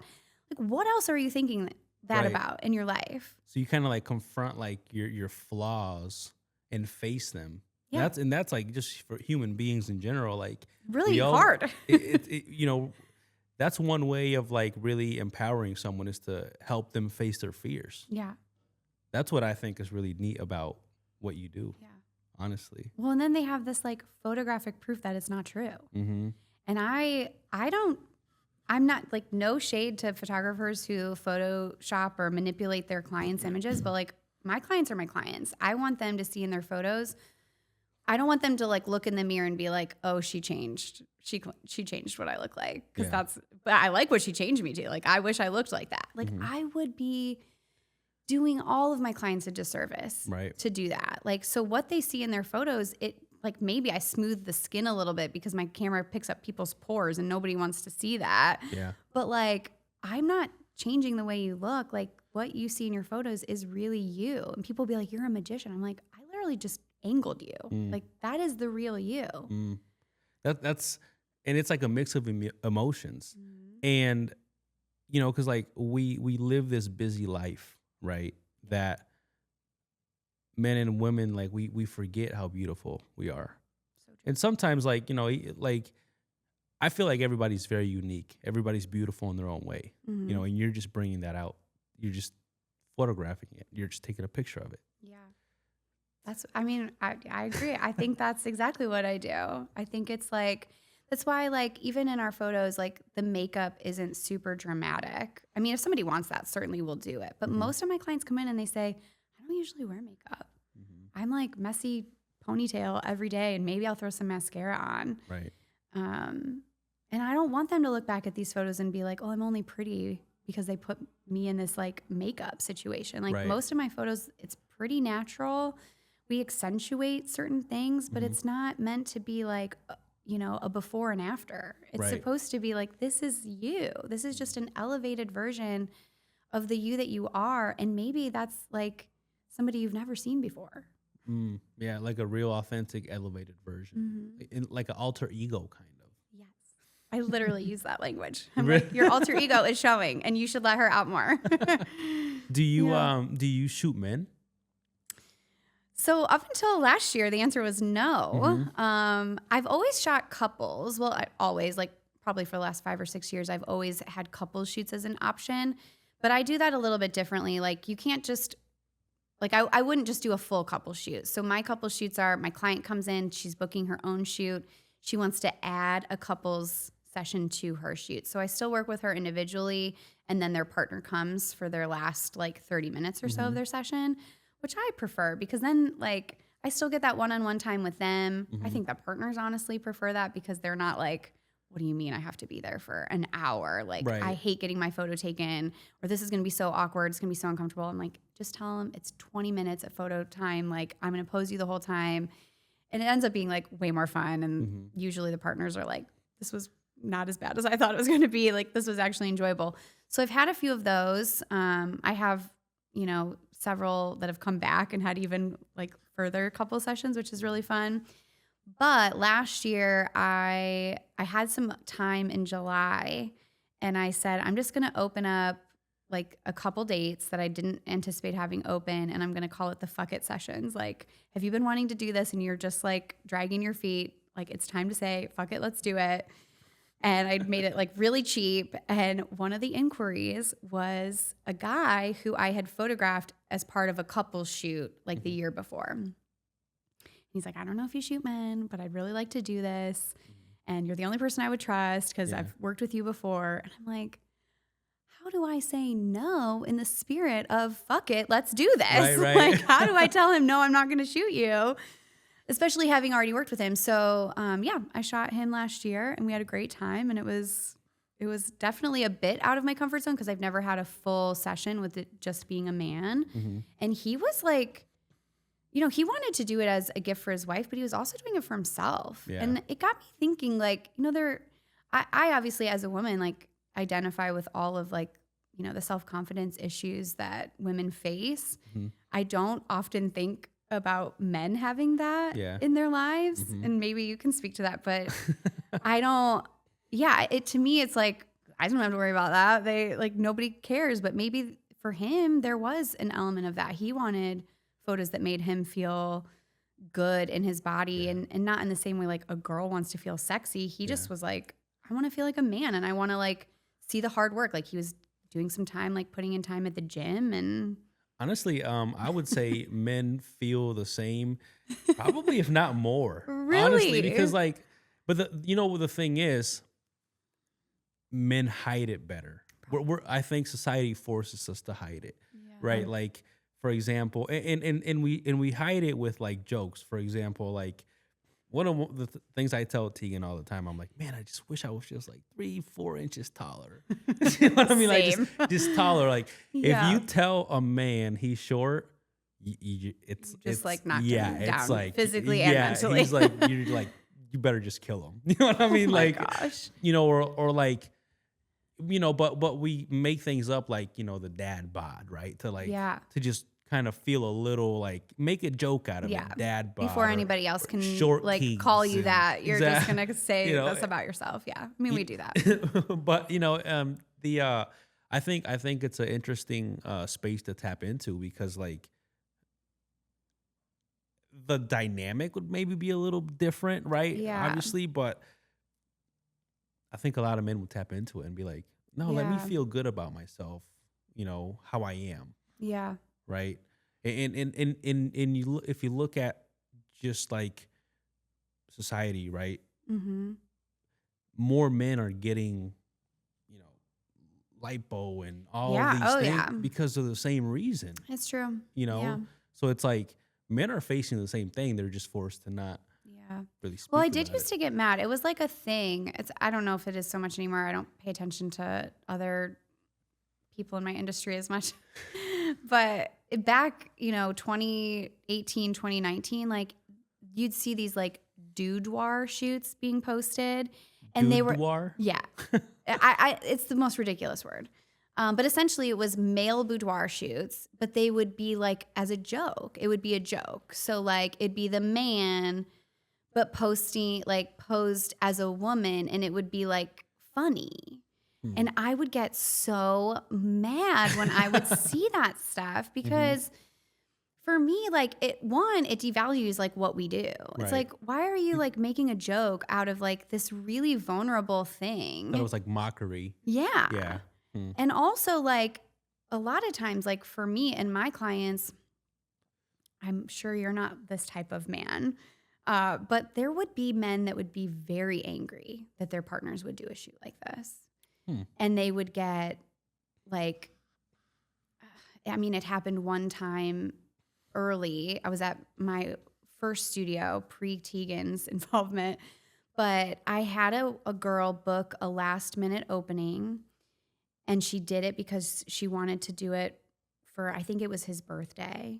And for the viewing, so I always bring my clients back in person to see their images, or like a Zoom call. I like to be a part of that because seeing the images for the first time can be like overwhelming, and it's rewarding for me to like see their reaction. I didn't want to just send like an online gallery and hope for the best. I wanted them to like, you know, feel like this was like the culmination of their shoot. Right.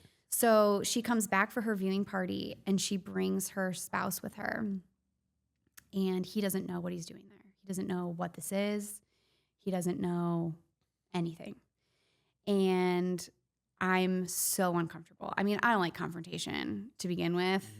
Probably why I never asked my dad why he wasn't around. But I mean, he walked in and I was like, oh my gosh, I'm so excited that she brought you. Like, are you excited? And he's like, I have no idea what I'm doing here. And I'm like, oh, you don't even know like what this is? And she's just looking at me like, oh, I know. Like, I think he's going to be mad. And I'm like, I've never wanted to be in a position like that. But he was very upset. And part of it too, I don't think, I shouldn't put it all on him being mad that she did the shoot, but he knew the investment because she had said like, I really want to do this. And they talked about it, and he's like, we can't afford that, which is totally fair. But she did it anyway because it was a discounted session. It was a last minute opening, and she thought he would be excited, and he was not excited. And it was so uncomfortable. And I've had, you know, people tell me in the past, like they gift the album and their spouse is not excited. And they sort of just like, they don't know how to react. They're like, oh, when did you do this? And it's just so sad to me. Also, big red flag. Like, Right. I don't feel like your spouse should ever feel that way about you doing something that makes you feel good. That's like, I don't know. Seems like maybe like an insecurity, maybe. Yes. Yeah. I think for sure it's a sign of an insecurity without being a psychologist that would be able to diagnose. But I think that there is an element of like, they don't know how to react to their spouse being like excited about looking a certain way that maybe they aren't typically looking. And maybe they're like, I don't know what to do with this. Right. What does this mean? You like, I don't know. I don't know why they act that way, but I have had that happen in the past. And so I don't even remember why I started talking about this. Now I've gone on so many tangents. I'm so sorry.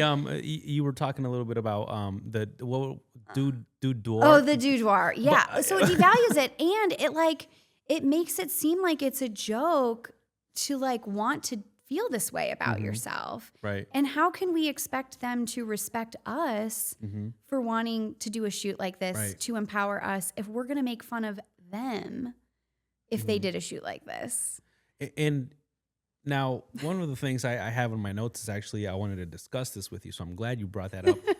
Was you mentioned back in the day when you were first starting out, you would look at what everybody else was doing, and you were not focused on what they were doing, but you were just kind of like, I was paying attention.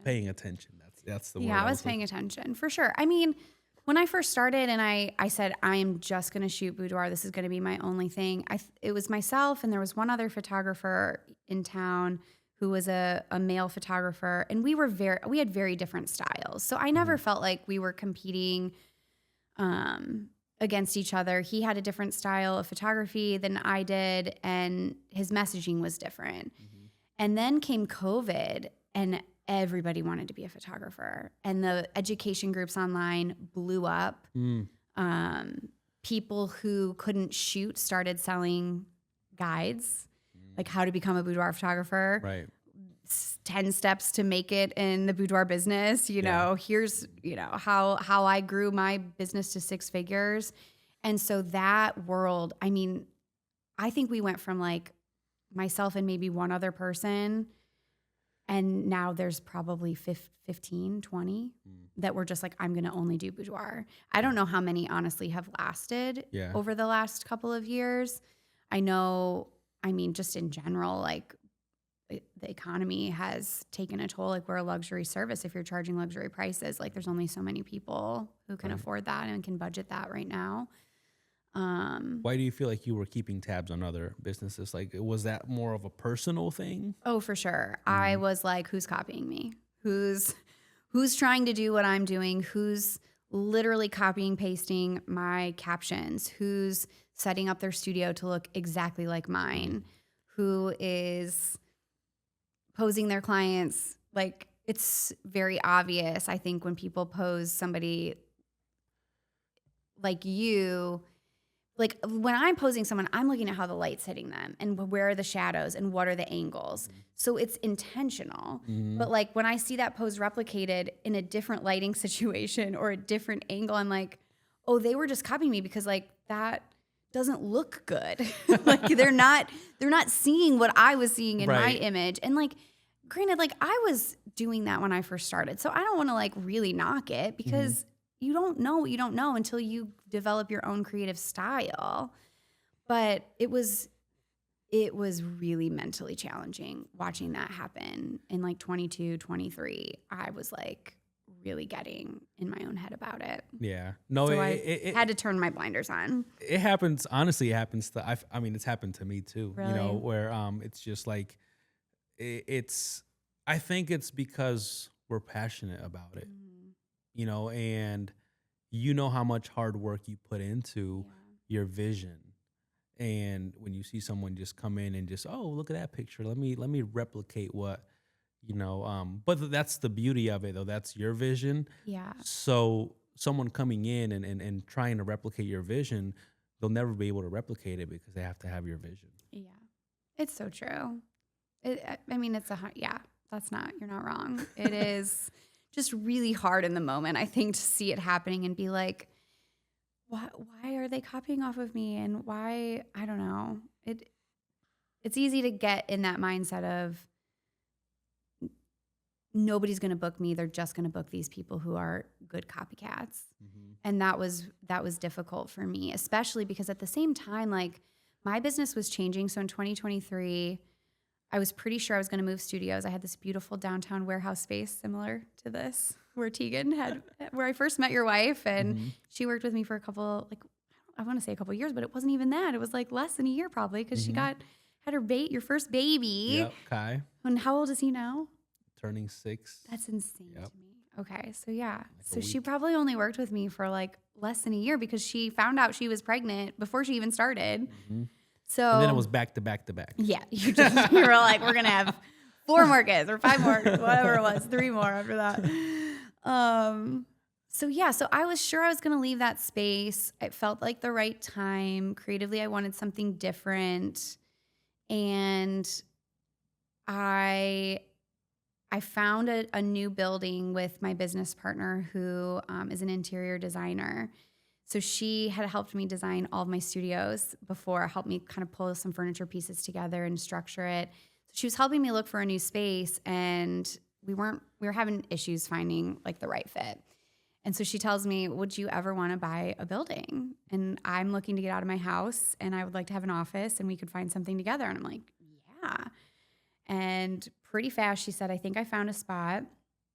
I just looked at it today and it's great. The downside is they already have an all cash offer. So if you think this is something we would want to do, we need to put an offer in like today.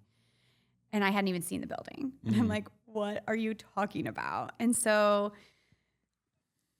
the long and the short of it is we bought that building, and in 2023, we were supposed to close right before the 4th of July. And my mom, the last week of June, called me. It was my very last shoot at my old studio, and she called me, and she wouldn't call me in the morning because she knows that that's when my sessions are. So I knew something was up, and then my dad called me, and then I really was like, what's going on? And so he had left me a voicemail. So I'm listening to the voicemail. My client's in here in makeup, and he tells me that they're at the hospital. My mom had been having some headaches, which we knew about, and she had apparently a pretty bad migraine. And so he had brought her into the ER that morning, and they had done a CT scan, and they were waiting on the results. And so he's like, we don't know anything, but call us when you can. Mm-hmm. So I finished with my client, and I call, and by this time they knew that they had found something was showing up in the CT scan. It could have been they said it could have been an infection, or it could be something worse, but they needed to transfer her out. She was at Fremont Memorial Hospital, which is not exactly the world's largest center for what she was maybe having. And so they ended up transferring her up here to Toledo, and they did an MRI overnight, and by the next morning we had neurosurgeons in the hospital room saying, we think it's a brain tumor. And we don't know. We won't know till we get in there, but all signs look like it is. This is where LNS was the best thing. So, my mom and I had a tumultuous adult relationship. I obviously left the church. I started dating a woman. Mm-hmm. We get married. Mm-hmm. My mom says we might not come to the wedding. Mm-hmm. I don't know that I can support it. Ultimately, she does come, which was beautiful. She gives a speech at our wedding, which was unplanned. And I don't remember a lot of our wedding. It's a blur, but I do remember her talking about unconditional love and her feeling like she looks around this room and she's like, this is a great picture of that. Mm-hmm. And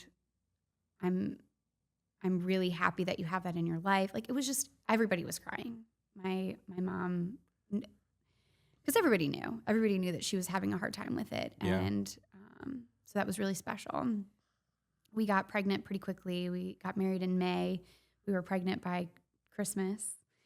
And so she was so excited to be a grandma, and that she shined as a grandma. She and I's relationship really came back to a healthier place where there wasn't this big elephant in the room anymore.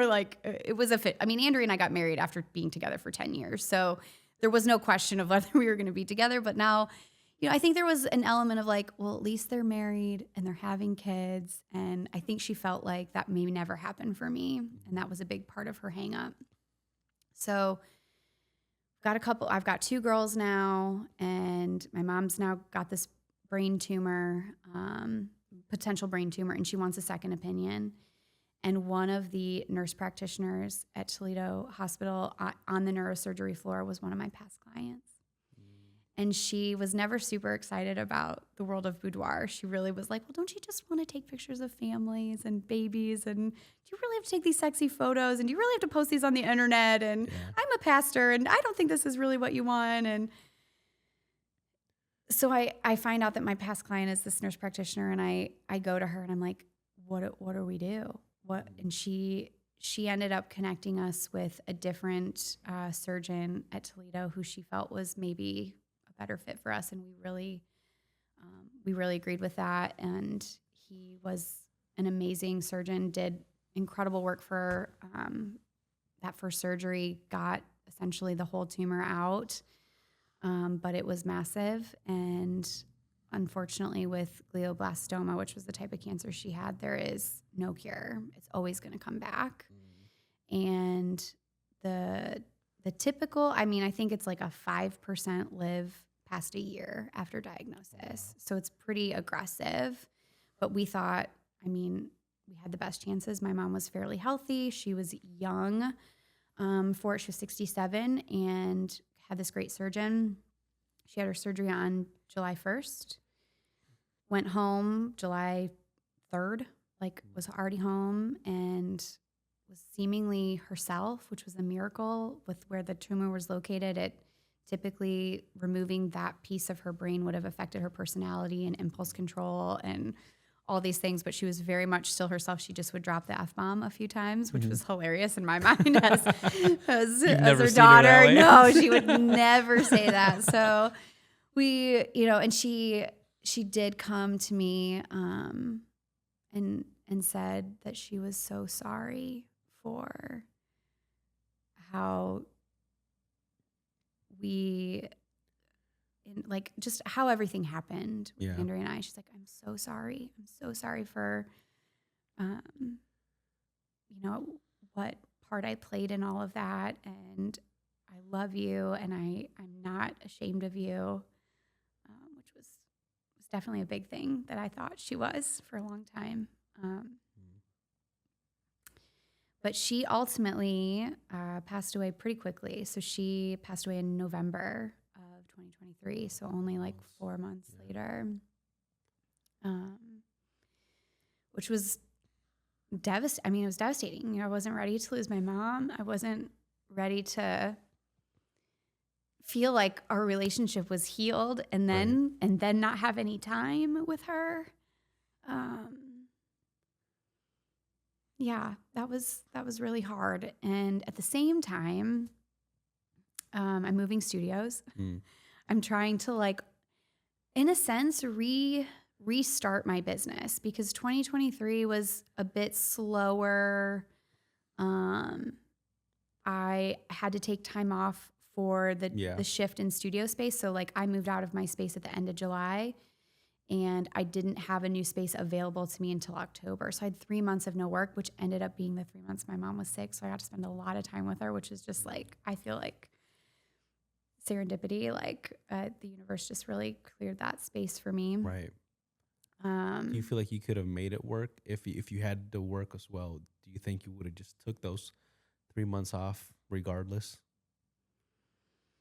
to improve? Yeah, like I don't know. If my mom had gotten sick and I had shoots scheduled, I think I would have tried to push through. I have this weird thing with my clients where I don't like to cancel on them. I think in the 10 years I've been shooting, I've only had to cancel one shoot. And I was actively throwing up. Like, you wouldn't have wanted me to be there. Any other time, if I've been sick or a kid's been sick or a makeup artist has been sick, I have done everything I can to make it happen because I feel like it is so important for them. And a lot of times they take off work. They schedule appointments around it. And so I don't want them to ever feel like I don't think this is a big deal. But I also know my clients would have been very understanding at the time had I needed to move it. So, yeah. And I think it's just hearing your story, I think it's beautiful that the universe opened up that space for you to really have that time with your mom, especially with what you just explained, the years that you guys had with everything and how life came at you. Yeah, we spent a lot of time together, which was great. Were you guys able to catch up on basically everything and really have one-on-ones about everything? I wish that my answer to that was yes. I don't think we fully understood how bad glioblastoma was in that moment because there are such drastic, like you hear these stories of glioblastoma patients living 5 years, 10 years. And so we really thought that was going to be her. Usually they don't get the whole tumor the first time. Yeah. Usually there's pieces that they have to leave. It's a success if they get 70%. And he's like, I got 100. And we're like, amazing. Yeah. But they wait 6 weeks after your surgery to start radiation. Then you have 6 weeks of radiation and chemo. And then you get an MRI. So it's like 12 weeks later is your first MRI post initial surgery. And at that MRI, it was everywhere. It was already back. It was like the chemo and radiation did nothing. So end of October, we knew it was bad. The surgeon wanted to go back in, and he thought he could get a little bit more and get good margins. But after that surgery, he's like, if it was my mom, I would take her home. I wouldn't do anything else. And so that's what we did. And she passed 11 days later. It was super fast. So we did have one moment right before that second surgery because we were afraid that going back in, she could be different coming out because the area of her brain, like I said, it was personality, impulse control. So we didn't know that before the first surgery. And the surgeon told us that on our way to ICU. And he's like, by the way, your mom could wake up and be different. And we were like, what? So that before the second surgery, we all made a point to spend some one-on-one time with her and just be able to say the things we wanted to say and have her be able to tell us. And so, I'm really glad I had that. And I mean, the craziest part of this, Kevin, is like, so during all that, I'm moving my studio. I'm buying this building with my business partner. And my wife, Andrea, has quit her corporate job and is opening a retail store. And so she's not working. I'm barely working because I have no sessions. I have no space to have them, and my mom is sick. And so we're living for the 4 months of just high stress, excitement over her new building or her new job business. My building is exciting, but also sad. And then my mom is maybe dying. We don't know, but hopefully not. And then we schedule Andrea's opening day, her grand opening day.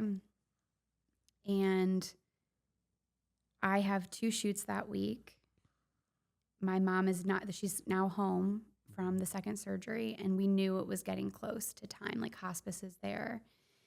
And I do my shoots at the encouragement of my brothers and my aunt, my mom's sister, who ran the business with her, she's very close with, and my dad, and just everybody was like, Lindsay, you should do that. You shouldn't, your mom wouldn't want you to not do that.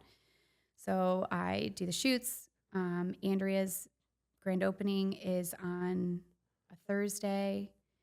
I think it was, it's the 16th of November.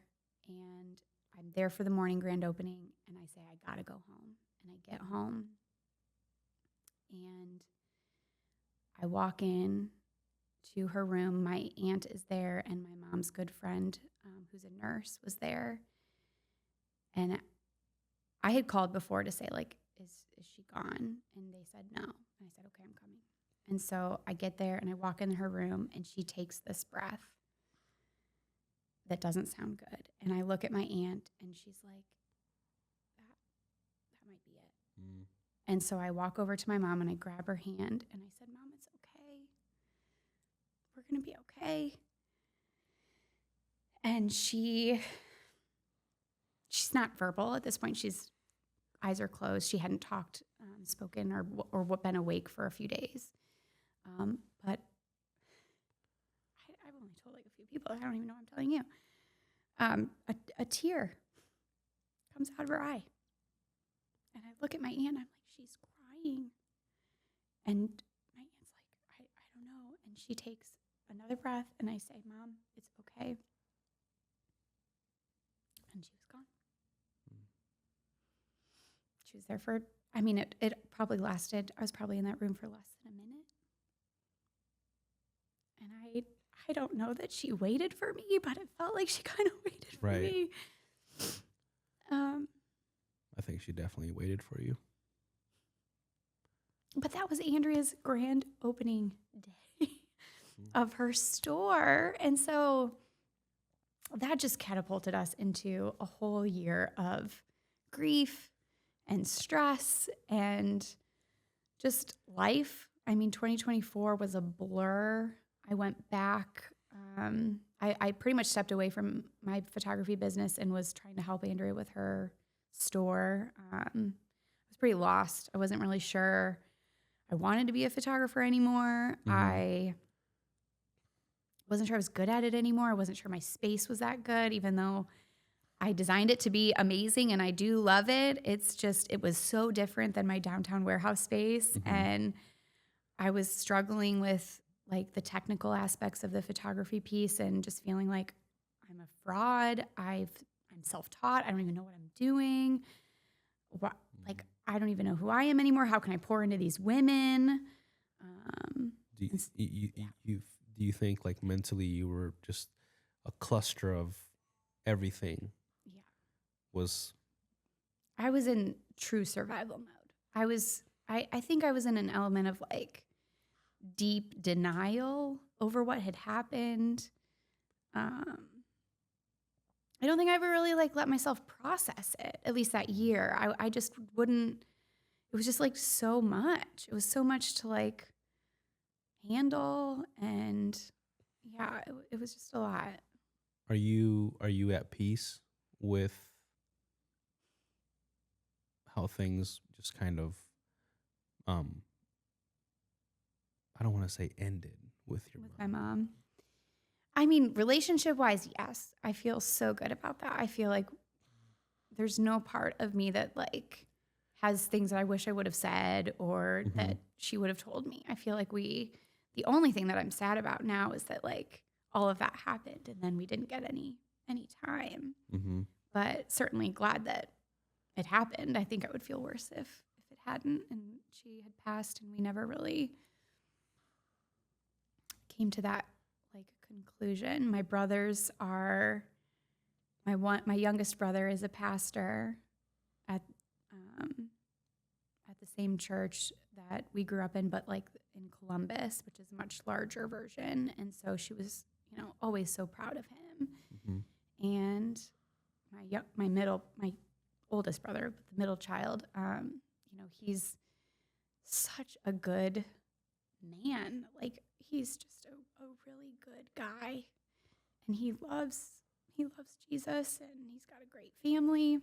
And so I knew that she loved them. Mm-hmm. I knew that she was proud of them, but I wasn't equally sure that she was proud of me. Mm. So I'm glad that I had that chance to know that before. Yeah, no, What is this? Do you have a Gosh, tissue? guys. I know she was definitely I know she was definitely proud Yeah. of you. It's you've it's crazy because sometimes like it feels like the like the I have one in my pocket. like the black sheep of like the family Oh, are yeah. the ones that connect the most with. 100%. Do you feel like your mom, like you're living now differently for your mom as far as like business, you're into it more for her? Do you feel like she's with you at all times? Oh, yeah. She's with me all the time. I definitely feel her presence in my life. Like, it's kind of funny, almost more so now. Mhm. Like before, like obviously she was physically here, but like I didn't talk to her every day. I didn't think about her in the way that I do now. It's like, well, what would my mom do? What would my mom say about this parenting issue or this business issue? It's just like a constant, like she's with me for sure. And I get like these weird physical signs too, which are probably my own making, but I definitely feel very close to her. And how do you balance business professionally when you feel like things are falling apart? well, a great example of that would be last year. So post 2024, our lives were so stressful with building that Andrew's business and my business really taking a back seat. I pretty much put it on like cruise control at 5 miles an hour. I had sessions booked, but I wasn't marketing myself. And it came to a point where financially, like I had to work. Like we have to make money as a family. Like this isn't going to work. So 2025, I launched myself back into LNS and working at my studio space. And that was really good. It was good for a lot of reasons. One, because like I needed to know that I could still do that. Right. And I really missed the connection with my clients.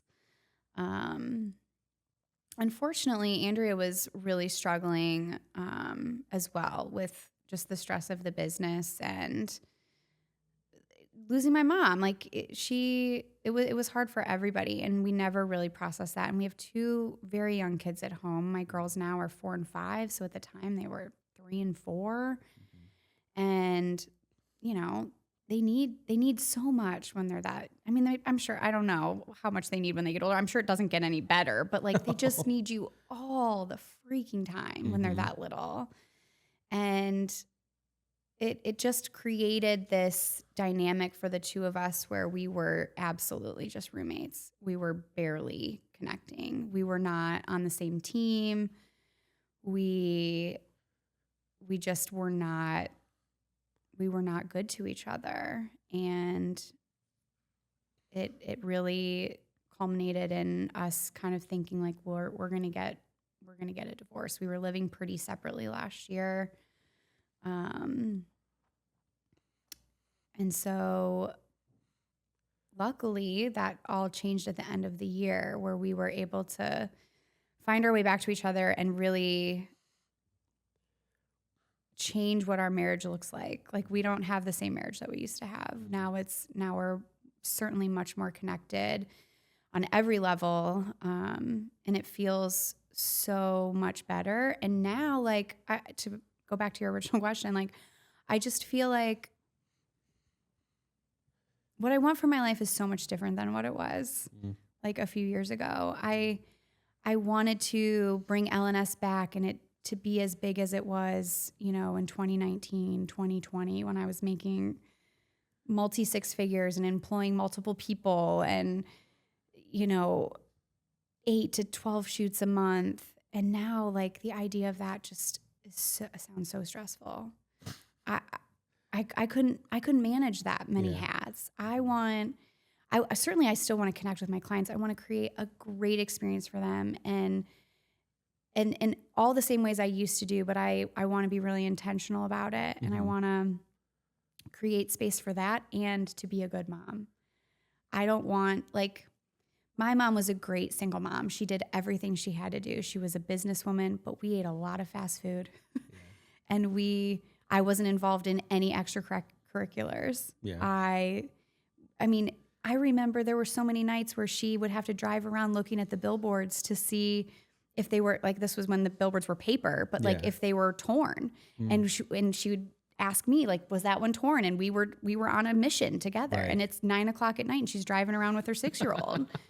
Like, I don't want to have to take my girls to the studio and be working. I want to bring them and like have a fun girls' day with them and like show them what mom does. But I want to create space where I'm able to connect with my kids, not in spite of what my mom did, but just because I know she would want that. I know she missed being able to do that with me. And I still want to be successful. I still want to be delusional in my ideas of how to grow my business in new and unique ways that doesn't involve working myself to the bone, right? And not being available to be a good mom at night. Seems like your mindset has just pivoted to not wanting the whole world, but saying, you know what? And I think that moment came when your mom passed. And you realized, wait, this business and customers and money and whatever isn't everything. And the unfortunate part is until something like that doesn't happen, I think people like you and me don't. Yeah, we don't. Something like that has to happen for us to be like, wait, let me slow down. I know. I was listening to your last one with Mr. Weir. And I remember him saying, he's like, I work 365 days a year. I don't want to take a 2-week vacation to Italy. I'm like, I would love a 2-week vacation to Italy or wherever he went. His family went to Hawaii or something. He's like, I'm not going. The drinks taste as good here as they do there. I'm like, sir, I think you need to try one in Hawaii just to see. I don't know. He stuck some opinions online. He did. I mean, I'm not saying any of that's wrong because, like, clearly he's successful. And, like, that level of success probably does take that level of effort. Like, I don't know. Maybe. You know, that's the one thing I love about, like, just this whole journey for me, like the podcast journey, is the fact that you have people like Greg, you have people like Mike Bruin, people, you know, like you and then like your life to me just seems like anybody can look at you and say, oh, she's had the perfect life, little conservative, happy, but if people sit down and actually talk with you, they'll see lots of ups and downs. So many. And where what sticks out to me is the fact that emotionally and literally you're getting up every single time. Yeah. Every time life is taking you down or just knocks you down, you get back up. Yeah. And I'm sure one of the most recent ones was your mom, and then going through things with your marriage, and but you keep getting back up. Yeah. And each time you're getting back up differently. And just It's like so Mike, true. and just like Mike Ruin said, when I sit down with him, he's like we relearn things that we already know. Yeah. But the biggest thing is taking the lesson from it, and that's what that's what like really builds your character. 100%. And I think you'll keep getting those same lessons to learn until you learn it the right way. Like, I think you're going to be forced to revisit certain experiences, maybe not the exact same thing, but the same internal conflict until, like, I think that's what life is. I think you just kind of keep having these same life experiences until you've learned a new or better way to process it, and then you're on to the next. And even like, even like marriage, for example, right? It's like we all, I think people have a misconception when it comes to marriage. It's like, oh, everything's going to be perfect forever, and it's going to be roses and cookies, and, but like, one thing like I tell Tegan is like, marriage at the end of the day is just really waking up every single day and saying, you know what, like, it could be the worst day, whatever. It's like every day you just choose that person. You have to. Like, I wanted to interrupt you, but I didn't. I held back. I controlled my ADHD. I do think you have to choose that person every day. I really do. And I think that makes it. You're gonna have your days, your weeks, your months, your years, where, life will life. Yeah. But you just gotta. And we've made it so easy to opt out. Mm-hmm. The opt out button is so easy now to push. You can opt out of your job. You can opt out of your marriage. You can opt out of your kids' lives. You could, like, there's always going to be another option for you. Mm-hmm. But you have to at one point decide, like, okay, but like, what do I want my life to look like? Yeah. And society has made it easier. Mm-hmm. Social media.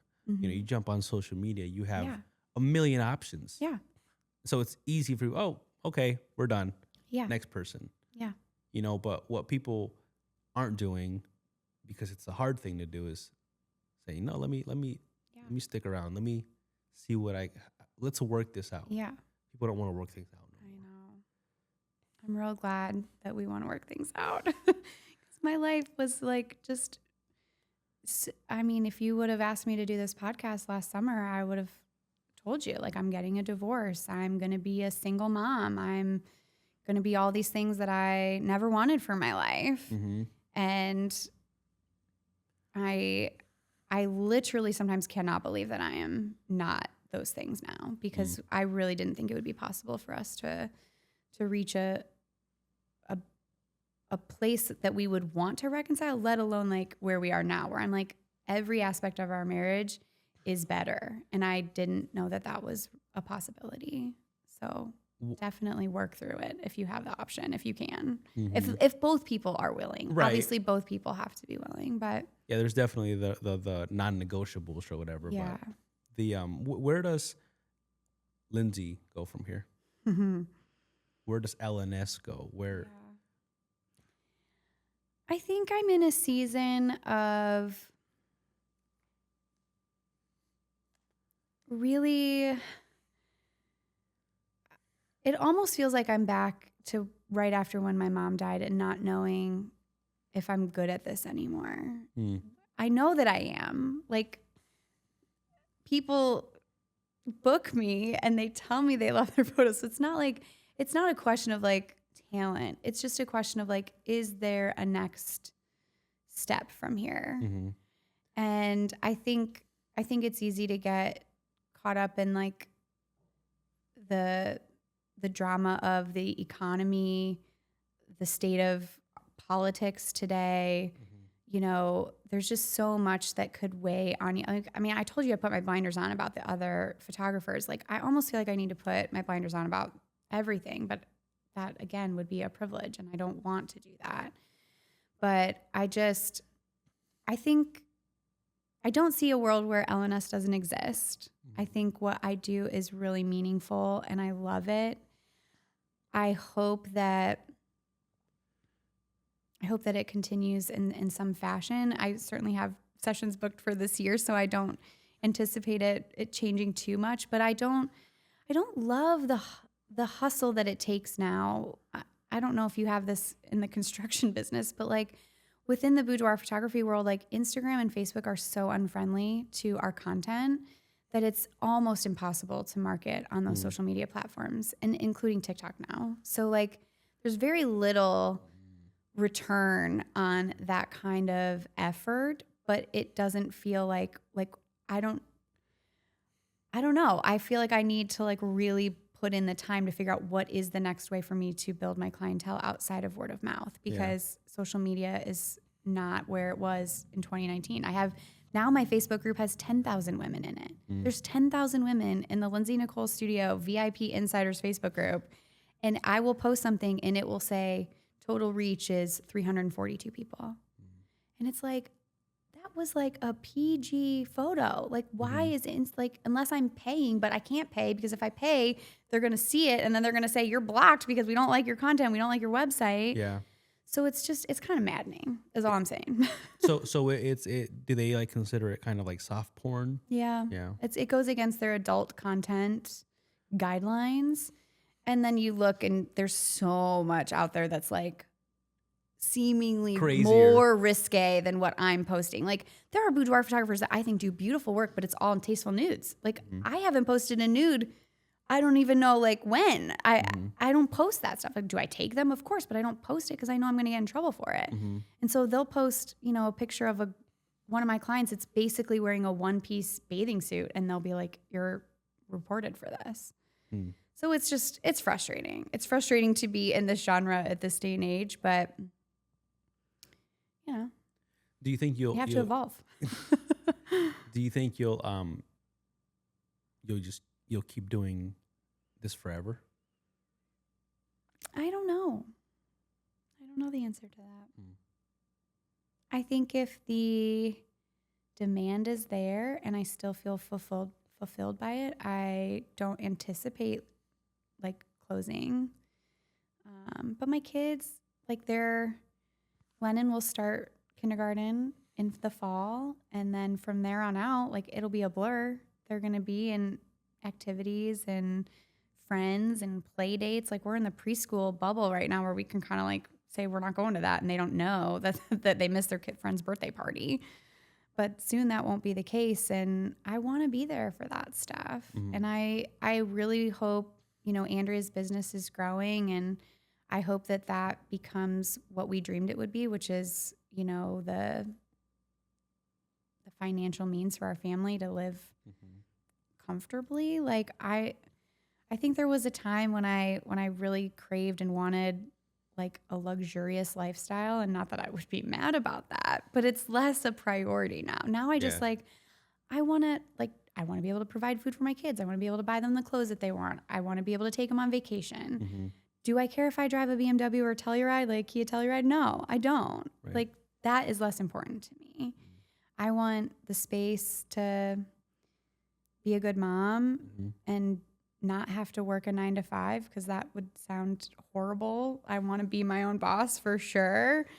And yeah, whatever that looks like. And I'm constantly like looking for that. Like I'm willing to do new things for LNS to make it still a destination for people to want to book in, but I'm not going to follow the trends. I'm not going to do that.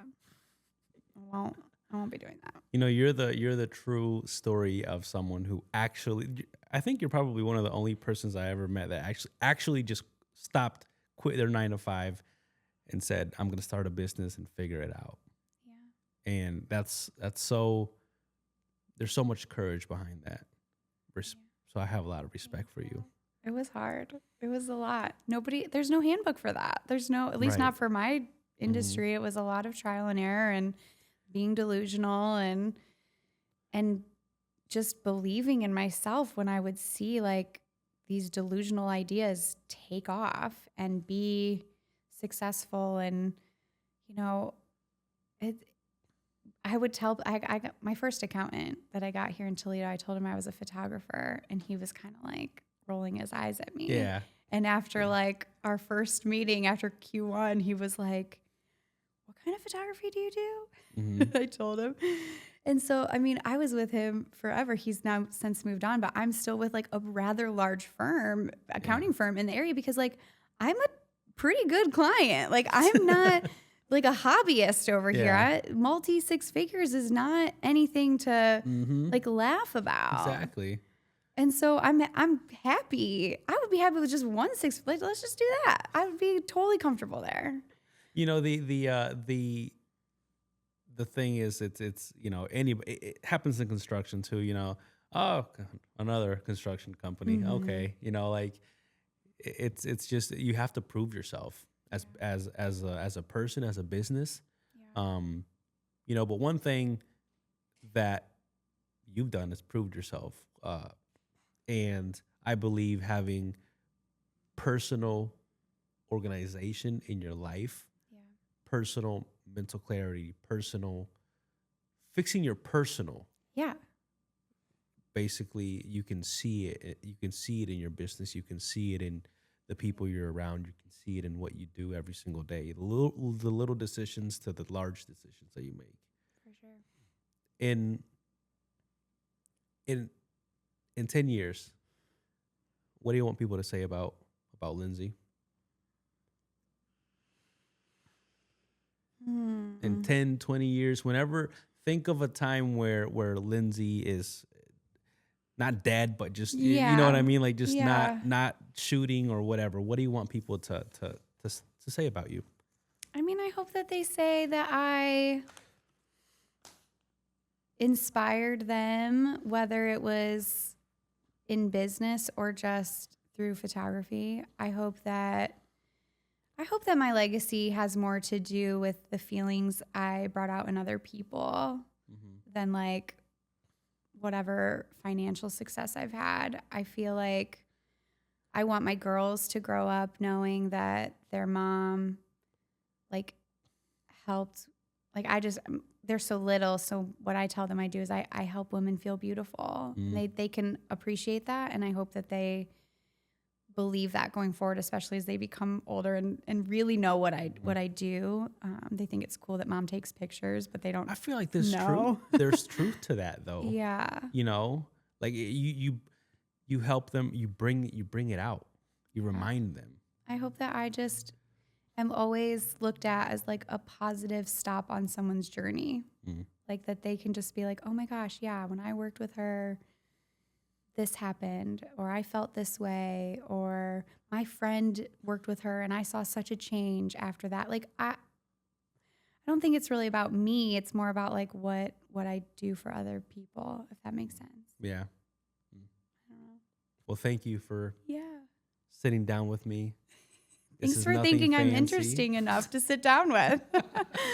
You are, you know, it's just a soup of everything. And I'm like, let me sit down with her, you know. Went on some tangents. So hopefully that was okay. But this is probably, so when I think of like inspirations, I think of like Joe Rogan. I think of like Jay Shetty. I think of like Theo Von. I think like a little mix of all those. This is probably the closest one I've had to like Jay Shetty. So, oh, okay, I will take it. So everybody, thank you very much for tuning in. My name is Kevin Salinas. I am here with Lindsay. What was it? Barlage. Barlage. I'm sorry. You can make it fancy. We can be Barlage, whatever. And you know, if you know, I don't know if you noticed, I never said the word, but. It's boudoir. Boudoir. Nobody can say it. You're not alone.